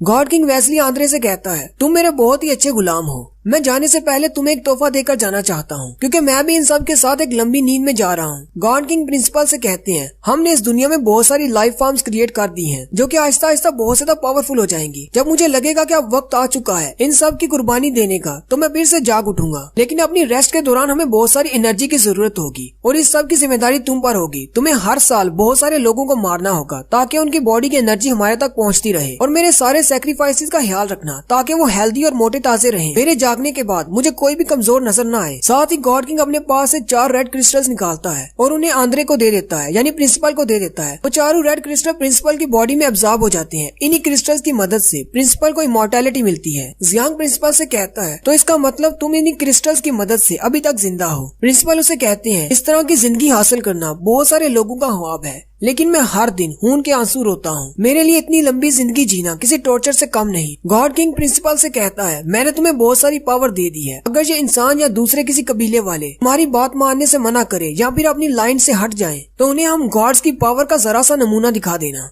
साथ ही प्रिंसिपल जियांग से कहते हैं, आज के लिए बस इतना काफी है, इससे ज्यादा तुम्हें जानने की जरूरत नहीं। और वो अपनी मेमोरीज से बाहर निकल आते हैं। प्रिंसिपल जियांग को बाहर ले आते हैं, जहाँ पर उसका बड़ा सा स्टैचू लगा होता है। जियांग को चक्कर आते हैं और वो जमीन पर बैठ जाता है। प्रिंसिपल उसे कहते हैं, मेरी पावर्स का असर तुम पर थोड़ी देर के लिए रहेगा, लेकिन थोड़ी देर के बाद तुम ठीक हो जाओगे। प्रिंसिपल वहाँ से जाने लगते हैं, तो जियांग प्रिंसिपल से कहता है, मुझे इस बात का जवाब देते जाएं, क्या आप रिजेंट के साथ मिलकर इंसानों की जान को दांव पर लगाने वाले हैं? अगर ऐसी बात है तो इसका मतलब आपने ये स्कूल इसीलिए बनाया है ताकि यहाँ पर स्टूडेंट्स को पढ़ाया जा सके, जिससे मैजिक की वजह से उनकी पावर्स बहुत ज्यादा बढ़ जाएं। क्या आप अपने स्कूल में भी कुर्बानी की फसल उगा रहे हैं? प्रिंसिपल उसे कहते हैं, ये सारा काम रॉयल ब्लड लाइन के जिम्मे है। मुझे काफी अरसा से ज्यादा कुछ नहीं करना पड़ा, और आजकल वैसे भी इस दुनिया में जो कुछ भी हो रहा है, मेरे पास ऐसी पावर्स नहीं कि मैं उसे रोक सकूं। साथ ही प्रिंसिपल जियांग से कहती हैं, क्या तुम जानना चाहती हो कि रिजेंट ने डीमन ट्राइब के साथ मुआहदा क्यों किया? वो इसलिए क्योंकि लिलियन, जो कि अब डीमन क्वीन है, उसने रिजेंट के साथ एक बहुत ही बड़ी डील की है। लिलियन ने रिजेंट से कहा है कि अगले 5 साल तक जितना भी सैक्रिफाइस होगा वो डीमन ट्राइब वाले देंगे। वैसे तो हर साल सिर्फ 3 ट्राइब वाले ही अपना सैक्रिफाइस पेश करते हैं। तुम्हारी नजर में रिजेंट टोल्स एंगस बहुत ज्यादा बुरा हो सकता है, लेकिन मेरी नजर में ऐसी बात नहीं है। उसने सिर्फ अपने लोगों को प्रोटेक्ट करने के लिए डीमन ट्राइब वालों से हाथ मिलाया है, क्योंकि अब अगले 5 साल तक रिजेंट के लोगों यानी कि इंसानी ट्राइब में से किसी की भी बलि नहीं दी जाएगी। लेकिन अगर तुम ये जानना चाहती हो कि क्या रिजेंट और मैं एक जैसे हैं, तो मेरा जवाब नहीं है। मैं रिजेंट से बहुत ज्यादा मुख्तलिफ हूँ। रिजेंट सिर्फ अपने इंसानों के बारे में सोच रहा है, जबकि मेरे लिए सारी लाइफ फॉर्म एक जैसी है। मैं सबके बारे में सोचता हूँ। जियांग प्रिंसिपल से कहता है, लेकिन मुझे कोई ऑथेंटिक जवाब चाहिए। लेकिन प्रिंसिपल उसी वक्त गायब हो जाती है। क्वीन भी कमरे से बाहर आ जाती है और जियांग से कहती है, तुम अकेले बाहर क्यों आ गए? मुझे भी साथ लेकर आना था। जियांग क्वीन से कहता है, मैं प्रिंसिपल से बात करने के लिए बाहर आ गया, लेकिन जैसे वो पीछे की तरफ देखता है तो प्रिंसिपल वहाँ पर होते ही नहीं, वो गायब हो चुके होते हैं। क्वीन जियांग से कहती है, अब यहाँ पर बेवकूफों की तरह खड़े मत रहो, चलो अंदर आ जाओ, सारे लोग तुम्हारा इंतजार कर रहे हैं। जियांग कहता है, मैं इस बारे में किसी को नहीं बता सकता, स्पेशली क्वीन को। बात हो रही है रिजेंट और सोफी सॉस किंग के महल में होते हैं, जबकि किंग के हाथ में एक पेपर होता है जिस पर मदद के लिए अपील की गई होती है, जो कि ड्वार्फ्स के कबीले की तरफ से होता है। किंग उन सब से कहते हैं, मुझे एक लेटर रिसीव हुआ है मदद के लिए। ड्वार्फ्स के कबीले ने कहा है कि डीमन ट्राइब वाले उन पर अटैक करने वाले हैं और उन्होंने हमसे मदद मांगी है। मैं जानना चाहता हूँ कि आप लोग इस बारे में क्या कहते हैं। सोफी सॉस आगे बढ़ता है और किंग से कहता है, मुझे लगता है कि ये बहुत ज्यादा गलत हो रहा है। ड्वार्फ्स के कबीले पर डीमन ट्राइब का हमला करना हुल्लू प्लेन्स के लिए बिल्कुल भी ठीक नहीं होगा। ड्वार्फ्स के कबीले वाले कभी दूसरों के साथ जंग मोल नहीं लेते और वो बहुत ज्यादा अमन पसंद लोग हैं, और हमारे साथ उनके रिलेशनशिप बहुत ही अच्छे रहे हैं। इसलिए मुझे लगता है कि आपको वहाँ पर रीइंफोर्समेंट भेजनी चाहिए। मेरा मशवरा तो आपको यही है कि आप वहाँ पर अपने सोल्जर्स को भेजें ताकि उनको प्रोटेक्ट किया जा सके। किंग उसे कहते हैं, तुम्हारी बात बिल्कुल ठीक है, लेकिन मुझे रिजेंट की भी सुननी होगी, वो क्या कहते हैं। रिजेंट किंग से कहते हैं, मेरा ख्याल तो ये है कि हमें वहाँ पर अपने सोल्जर्स को नहीं भेजना चाहिए। रिजेंट किंग से कहते हैं, अभी हमारी ईस्ट के साथ वार चल रही है और उस जंग के दौरान हमारे बहुत सारे रिसोर्सेज इस्तेमाल हो गए हैं। मुझे नहीं लगता कि हम इस हालत में हैं कि हम किसी दूसरे को बचाने के लिए जा सके। और इसके अलावा डीमन ट्राइब वालों के साथ हमारा एक पीस ट्रीटी है, इसलिए हम डीमन ट्राइब्स वालों को नहीं मार सकते। इसलिए मैं तो यही मशवरा दूंगा कि आपको अपने सोल्जर्स को वहाँ पर नहीं भेजना चाहिए। हमें इस मसले में नहीं पड़ना। बहुत सारे मंत्री भी कहते हैं, रिजेंट बिल्कुल ठीक बात कर रहे हैं, हमें किसी के मसले में क्यों पड़ना। किंग रिजेंट की बात सुनने के बाद जैसे ही अपना फैसला सुनाने लगते हैं, सोफी सास फिर से उनसे कहता है, आपको एक बार फिर सोचना चाहिए। किंग सोफी सास से कहते हैं, मुझे इस बारे में सोचने की जरूरत नहीं, मैंने अपना फैसला कर लिया है। ह्यूमन ट्राइब से कोई भी ड्वार्फ्स की मदद नहीं करेगा, उन्हें अपने इस मसले से खुद ही निपटना होगा। जबकि जैसे ये बात टीचर मार्टिन के पास पहुंचती है। टीचर मार्टिन बहुत ज्यादा गुस्सा हो जाते हैं और जाने लगते हैं। मोडो और जियांग उनको पकड़ लेते हैं और उनसे कहते हैं वहाँ पर फाइट होने वाली है, आप कहाँ पर जा रहे हैं। सोफी सास भी उनकी क्लास में आ जाता है और उनसे कहता है मुझे पता है कि वो आपके दोस्त हैं और आप उन ड्वार्फ्स की मदद करना चाहते हैं, लेकिन अगर तुम अकेले वहाँ पर चले भी जाते हो तो इससे ड्वार्फ के कबीले वालों की मदद नहीं होगी, तुम्हारी अपनी जान भी दांव पर लग जाएगी। और इसके अलावा हमारे किंग ने वहाँ पर जाने से मना किया है, अगर आप वहाँ पर जाएंगे तो आपको किंग की बात ना मानने के जुर्म में सजा दी जाएगी। टीचर मार्टिन उनसे कहते हैं तुम लोग ये बात नहीं समझ रहे, मेरे और ड्वार्फ्स के कबीले वालों के दरमियान कैसे रिलेशंस हैं। अगर मुझे अपनी जान भी देना पड़ी तो मैं अपनी जान भी दे दूंगा अपने ड्वार्फ भाइयों को बचाने के लिए। जियांग टीचर मार्टिन से कहता है अगर आप जाना ही चाहते हैं तो हम लोग आपकी मदद करेंगे और आपके साथ जाएंगे, लेकिन आपको फिर भी इस बारे में सोचना चाहिए। उसी वक्त क्वीन अपना बैग पहनकर वहाँ पर आ जाती है और जियांग से कहती है मैंने तुम्हारा बैग पैक कर लिया है, चलो चलते हैं। क्वीन जियांग का बैग उसकी तरफ फेंकती है। जियांग अपना बैग पकड़कर सीधा उसके पास आ जाता है और उसके कान में कहता है ये तुम कैसी हरकतें कर रही हो, इस तरह तो इन सब को पता चल जाएगा कि हमें वहाँ पर जाने में बहुत ज्यादा इंटरेस्ट है और इन सब को हम पर शक हो जाएगा। क्वीन जियांग से कहती है डीमन और ड्वार्फ्स के दरमियान कभी फाइट नहीं हुई, मैं ये जानना चाहती हूँ कि लिलियन के दिमाग में क्या चल रहा है। जियांग उसे कहता है लेकिन पहले सोच तो लिया करो क्या करने वाली हो, अगली बार मुझसे पूछ लेना। क्वीन उसे कहती है अच्छा ठीक है। टीचर मार्टिन उन दोनों का शुक्रिया अदा करते हैं और कहते हैं लेकिन मैं तुम दोनों को अपने साथ नहीं ले जा सकता, ये मेरे पर्सनल मामला है, इसलिए मैं अकेले ही वहाँ पर जाऊंगा। टीचर मार्टिन आगे बढ़ते हैं और जियांग के कंधे पर हाथ रखते हुए उसे कहते हैं तुम हमारे इस किंगडम के नेशनल चैंपियन हो और एक स्टार हो, अगर मैं ड्वार्फ्स किंगडम से वापस नहीं आता तो मेरी इस फोर्जिंग क्लास में अगले टीचर तुम होगे। टीचर मार्टिन की बात सुनते ही सारे फोर्जिंग क्लास के बच्चे रोना शुरू कर देते हैं। जियांग टीचर मार्टिन से कहता है ऐसी बात नहीं है, आपने मुझे अपना पेल मून क्रिस्टल दिया था जिसकी वजह से मैं वो चैंपियनशिप जीत सका, तो इसका मतलब तो ये हुआ कि आपके बिना मैं कुछ भी नहीं कर सकता था। अगर आप अपनी दोस्ती की वजह से ड्वार्फ्स को बचाने के लिए वहाँ पर जा सकते हैं तो आपको क्या लगता है हम दोनों की दोस्ती इस काबिल नहीं कि मैं आपको बचाने के लिए आपके साथ न जा सकूं। जियांग की बात सुनते ही टीचर मार्टिन रोना शुरू कर देती हैं। वहीं पर क्लास का एक छोटा बच्चा रो रहा होता है। मोडो से कहता है तुम्हें रोने की जरूरत नहीं, मैं और जियांग टीचर मार्टिन की हिफाजत करेंगे। मैं और जियांग हम दोनों ही टीचर मार्टिन के बहुत ज्यादा काबिल स्टूडेंट हैं। ऐसी बात है ना जियांग। वो जियांग की तरफ देखता है तो जियांग, क्वीन और टीचर मार्टिन उसे घूर घूर कर देख रहे होते हैं और उससे कहते हैं क्या तुम भी हमारे साथ आना चाहते हो। सोफी सास उनसे कहता है मैंने तुम लोगों से पहले ही कह दिया है, किंग ने वहाँ पर जाने से मना किया है, हम लोग ड्वार्फ्स की मदद नहीं करने वाले, क्या तुम हमारे किंग्स के ऑर्डर्स को नहीं मानोगे। जियांग सोफी सास से कहता है लेकिन मेरे पास आर्मी के मेजर का रैंक है, मैं इस किंगडम के अंदर बाहर अपनी मर्जी से आ जा सकता हूँ। सोफी सास उसे कहता है लेकिन तुम्हें आर्मी में मेजर का रैंक भी हमारे किंग ने दिया है, अगर तुम किंग की बात नहीं मानोगे तो तुमसे ये रैंक वापस ले लिया जाएगा। टीचर मार्टिन सोफी सास से कहते हैं ये मेरा पर्सनल मामला है, मैं हमारे किंगडम को रिप्रेजेंट नहीं कर रहा। सोफी सास उनसे कहता है नहीं, मैंने एक बार कह दिया तुम लोग नहीं जा सकते और अगर तुमने ऐसा करने की कोशिश की तो मैं तुम लोगों को सजा दूंगा। फिर सोफी सास वहाँ से चला जाता है। जियांग और क्वीन दोनों गैलरी में चलते हुए जा रहे होते हैं। वो दोनों दरवाजे के पास से वापस आते हैं क्योंकि दरवाजे पर व्हाइट ड्रैगन आर्मी के बहुत सारे सोल्जर होते हैं और उन्हें बाहर नहीं जाने देते। जियांग कहता है मुझे लगता है ये सब कुछ सोफी सास ने किया है, उसने मुझे बहुत ज्यादा गुस्सा दिला दिया। क्वीन उसे कहती है ये सब कुछ तुम्हारी वजह से हुआ है क्योंकि सोफी सास तुम्हारी फिक्र बहुत ज्यादा करता है। जियांग क्वीन से कहता है अब तुमसे ये किसने कह दिया कि उसे मेरी बहुत ज्यादा फिक्र है। अब क्या डीमन क्वीन ने लोगों के इमोशंस को भी पढ़ना शुरू कर दिया। क्वीन जियांग से कहती है अगर मार्टिन अकेला जाना चाहता तो सोफी सास उसे कभी नहीं रोकता, ये तो सिर्फ तुम्हारी वजह से है जो वो उसे नहीं जाने दे रहा, क्योंकि सोफी सास तुम्हें अपने छोटे भाई की तरह मानता है, उसे लगता है कि तुम ही उसके गुम हुए छोटे भाई हो। हालांकि वो ये बात अच्छी तरह से जानता है कि तुम उसके भाई नहीं हो, लेकिन फिर भी वो तुम्हें अपने भाई की तरह ट्रीट करता है, इसलिए वो तुम्हें ड्वार्फ्स के कबीले में नहीं जाने देगा। जियांग उदास हो जाता है और सोचता है अगर सोफी सास को पता चल जाए कि उसका भाई पहले ही मर चुका है, वो भी गॉड्स के हाथों। उसी वक्त उन्हें शोर की आवाज आती है, बच्चे कह रहे होते हैं रॉयल्स के दरमियान फाइट हो रही है। वो दोनों सामने की तरफ देखते हैं तो बहुत सारे बच्चे जमा होते हैं फाइट देखने के लिए। फाइट देखने वाले बच्चे भी बातें कर रहे होते हैं और कहते हैं कभी एक वक्त था हम इसके सामने खड़े नहीं हो सकते थे और आज जरा इसकी हालत तो देखो। जियांग और क्वीन भी आगे आ जाते हैं। वहाँ पर बुरी और बुशी होते हैं जो कि रैनिस को पीट रहे होते हैं। बुरी सोफी सास को पंच मारने के बाद उसे कहता है क्या तुमने कभी सोचा था कि एक ऐसा भी दिन आएगा। रैनिस क्योंकि बेचारा ना तो देख सकता है और ना ही उसका एक बाजू है और ना ही वो अपनी मैजिकल एबिलिटीज को इस्तेमाल कर सकता है, वो सिर्फ उनसे मार खा रहा होता है। बुरी हंसते हुए उसे कहता है यहाँ तक कि तुम हमसे इतनी ज्यादा मार खा चुके हो लेकिन फिर भी तुम अपने एटीट्यूड को नहीं छोड़ रहे।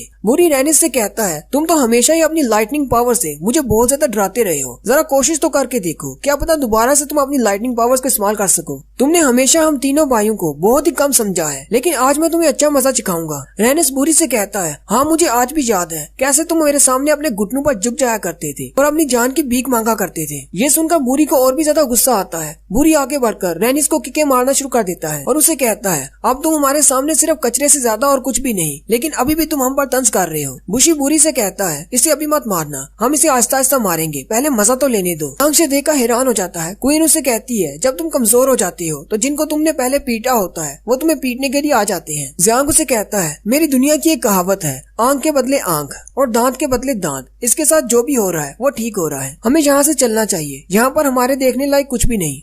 बुरी रैनिस को गले से पकड़ लेता है और उसे कहता है इतनी ज्यादा मार खाने के बाद भी तुम्हारा एटीट्यूड खत्म नहीं हो रहा और तुम आगे से बकवास कर रहे हो। मुझे लगता है कि 10 साल पहले तुम्हें भी मर जाना चाहिए था अपनी उस माँ के साथ जिसने तुम्हें पैदा किया था। वो तो मेरे पापा को तुम्हारे ऊपर तरस आ गया जो तुम्हारे जैसे कचरे को उठाकर महल में ले आए। इसकी बात सुनने के बाद रैनिस के मुंह में जो ब्लड होता है वो बुरी के मुंह पर थूक देता है। बुरी चिल्लाता हुआ अपने चेहरे पर हाथ रखकर पीछे हो जाता है। रैनिस बुरी से कहता है मेरी नजर में तुम आज भी एक रॉयल कचरे से ज्यादा कुछ भी नहीं। बुशी आगे बढ़ता है और अपनी मैजिकल पावर से एक तलवार बना लेता है और कहता है तुम्हें सबक सिखाना ही होगा। रैनिस उसे कहता है अच्छा तो आगे बढ़ो और एक किंग को सबक सिखाओ। बुशी उसे कहता है मैं तुम्हें मारने नहीं वाला, मैं तो बस तुम्हारा दूसरा बाजू काटने वाला हूँ, फिर देखता हूँ तुम हमारे बारे में कैसे बकवास करते हो। वो जैसे ही उस पर वार करता है सामने जियांग आ जाता है और अपनी शील्ड से रैनिस को बचा लेता है। बुशी चिल्लाकर जियांग से कहता है तुम हर जगह क्यों बीच में आ जाती हो।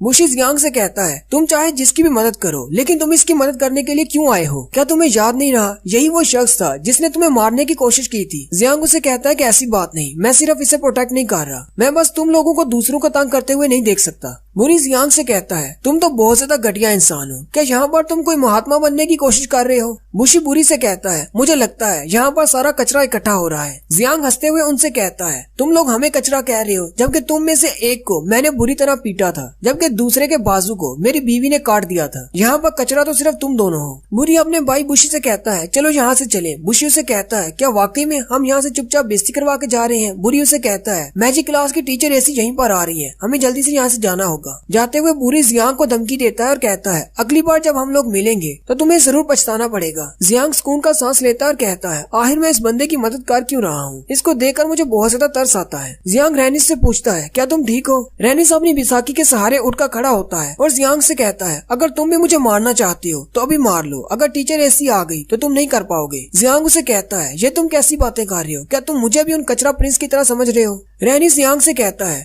फर्क क्या है तुम दोनों में, तुम सब लोग बस मुझे इसी तरह बेइज्जत होता देखना चाहते हो। जियांग उसकी तरफ देखता है और कहता है मुझे ये बात तो पता थी कि इसकी जान बचाने के लिए ये मुझे शुक्रिया नहीं बोलेगा, लेकिन इसकी एटीट्यूड से मुझे बहुत ज्यादा गुस्सा आ रहा है। वहीं पर टीचर ऐसी भी आ जाती हैं। टीचर ऐसी आते ही रैनिस से कहती हैं जियांग ने तुम्हारी जान बचाई है उन दोनों से, फिर भी तुम इसके साथ अच्छे से पेश नहीं आ रहे, तुम्हें तो इसका शुक्रिया अदा करना चाहिए। मैं ये बात अच्छी तरह से जानती हूँ कि तुम जियांग को मारना चाहते थे लेकिन अब हालात बदल चुके हैं, तुम्हें अपना एटीट्यूड बदलना होगा। तुम एक फेयर मैच के दौरान इससे हार चुके हो, इसके साथ इस तरह का रवैया नहीं रखना चाहिए। अब चलो जल्दी से इससे माफी मांगो और इसका शुक्रिया अदा करो। जियांग टीचर ऐसी से कहता है नहीं नहीं इसकी कोई जरूरत नहीं। रैनिस टीचर ऐसी से कहता है आप बिल्कुल ठीक कह रही हैं, उस दिन मैच के दौरान मैंने ही गेम के रूल्स को सेट किया था कि हमें डेथ मैच करना है। अगर मेरी ये हालत हुई है तो मेरी अपनी ही गलती की वजह से हुई है, मैं जियांग को इसका दोष नहीं दे सकता। साथ ही रैनिस रोना शुरू कर देता है और जियांग का शुक्रिया अदा करता है और टीचर ऐसी से कहता है अगर आपको कुछ और नहीं कहना तो मैं वापस अपने ब्लॉक में जाना चाहूंगा। रैनिस के वहाँ से जाने के बाद जियांग बहुत ज्यादा घबरा जाता है और कहता है कहीं टीचर ऐसी उसकी इस हालत का जिम्मेदार मुझे तो नहीं समझेंगी। टीचर ऐसी जियांग से कहती है उसकी इस सारी हालत की जिम्मेदार मैं हूँ, मैंने उसकी बहुत ज्यादा केयर की, इसी वजह से वो बिगड़ गया है। जियांग टीचर ऐसी से पूछता है क्या प्रिंसिपल ने अपनी पावर्स का इस्तेमाल करते हुए इसे मुकम्मल तौर पर हील नहीं कर दिया था।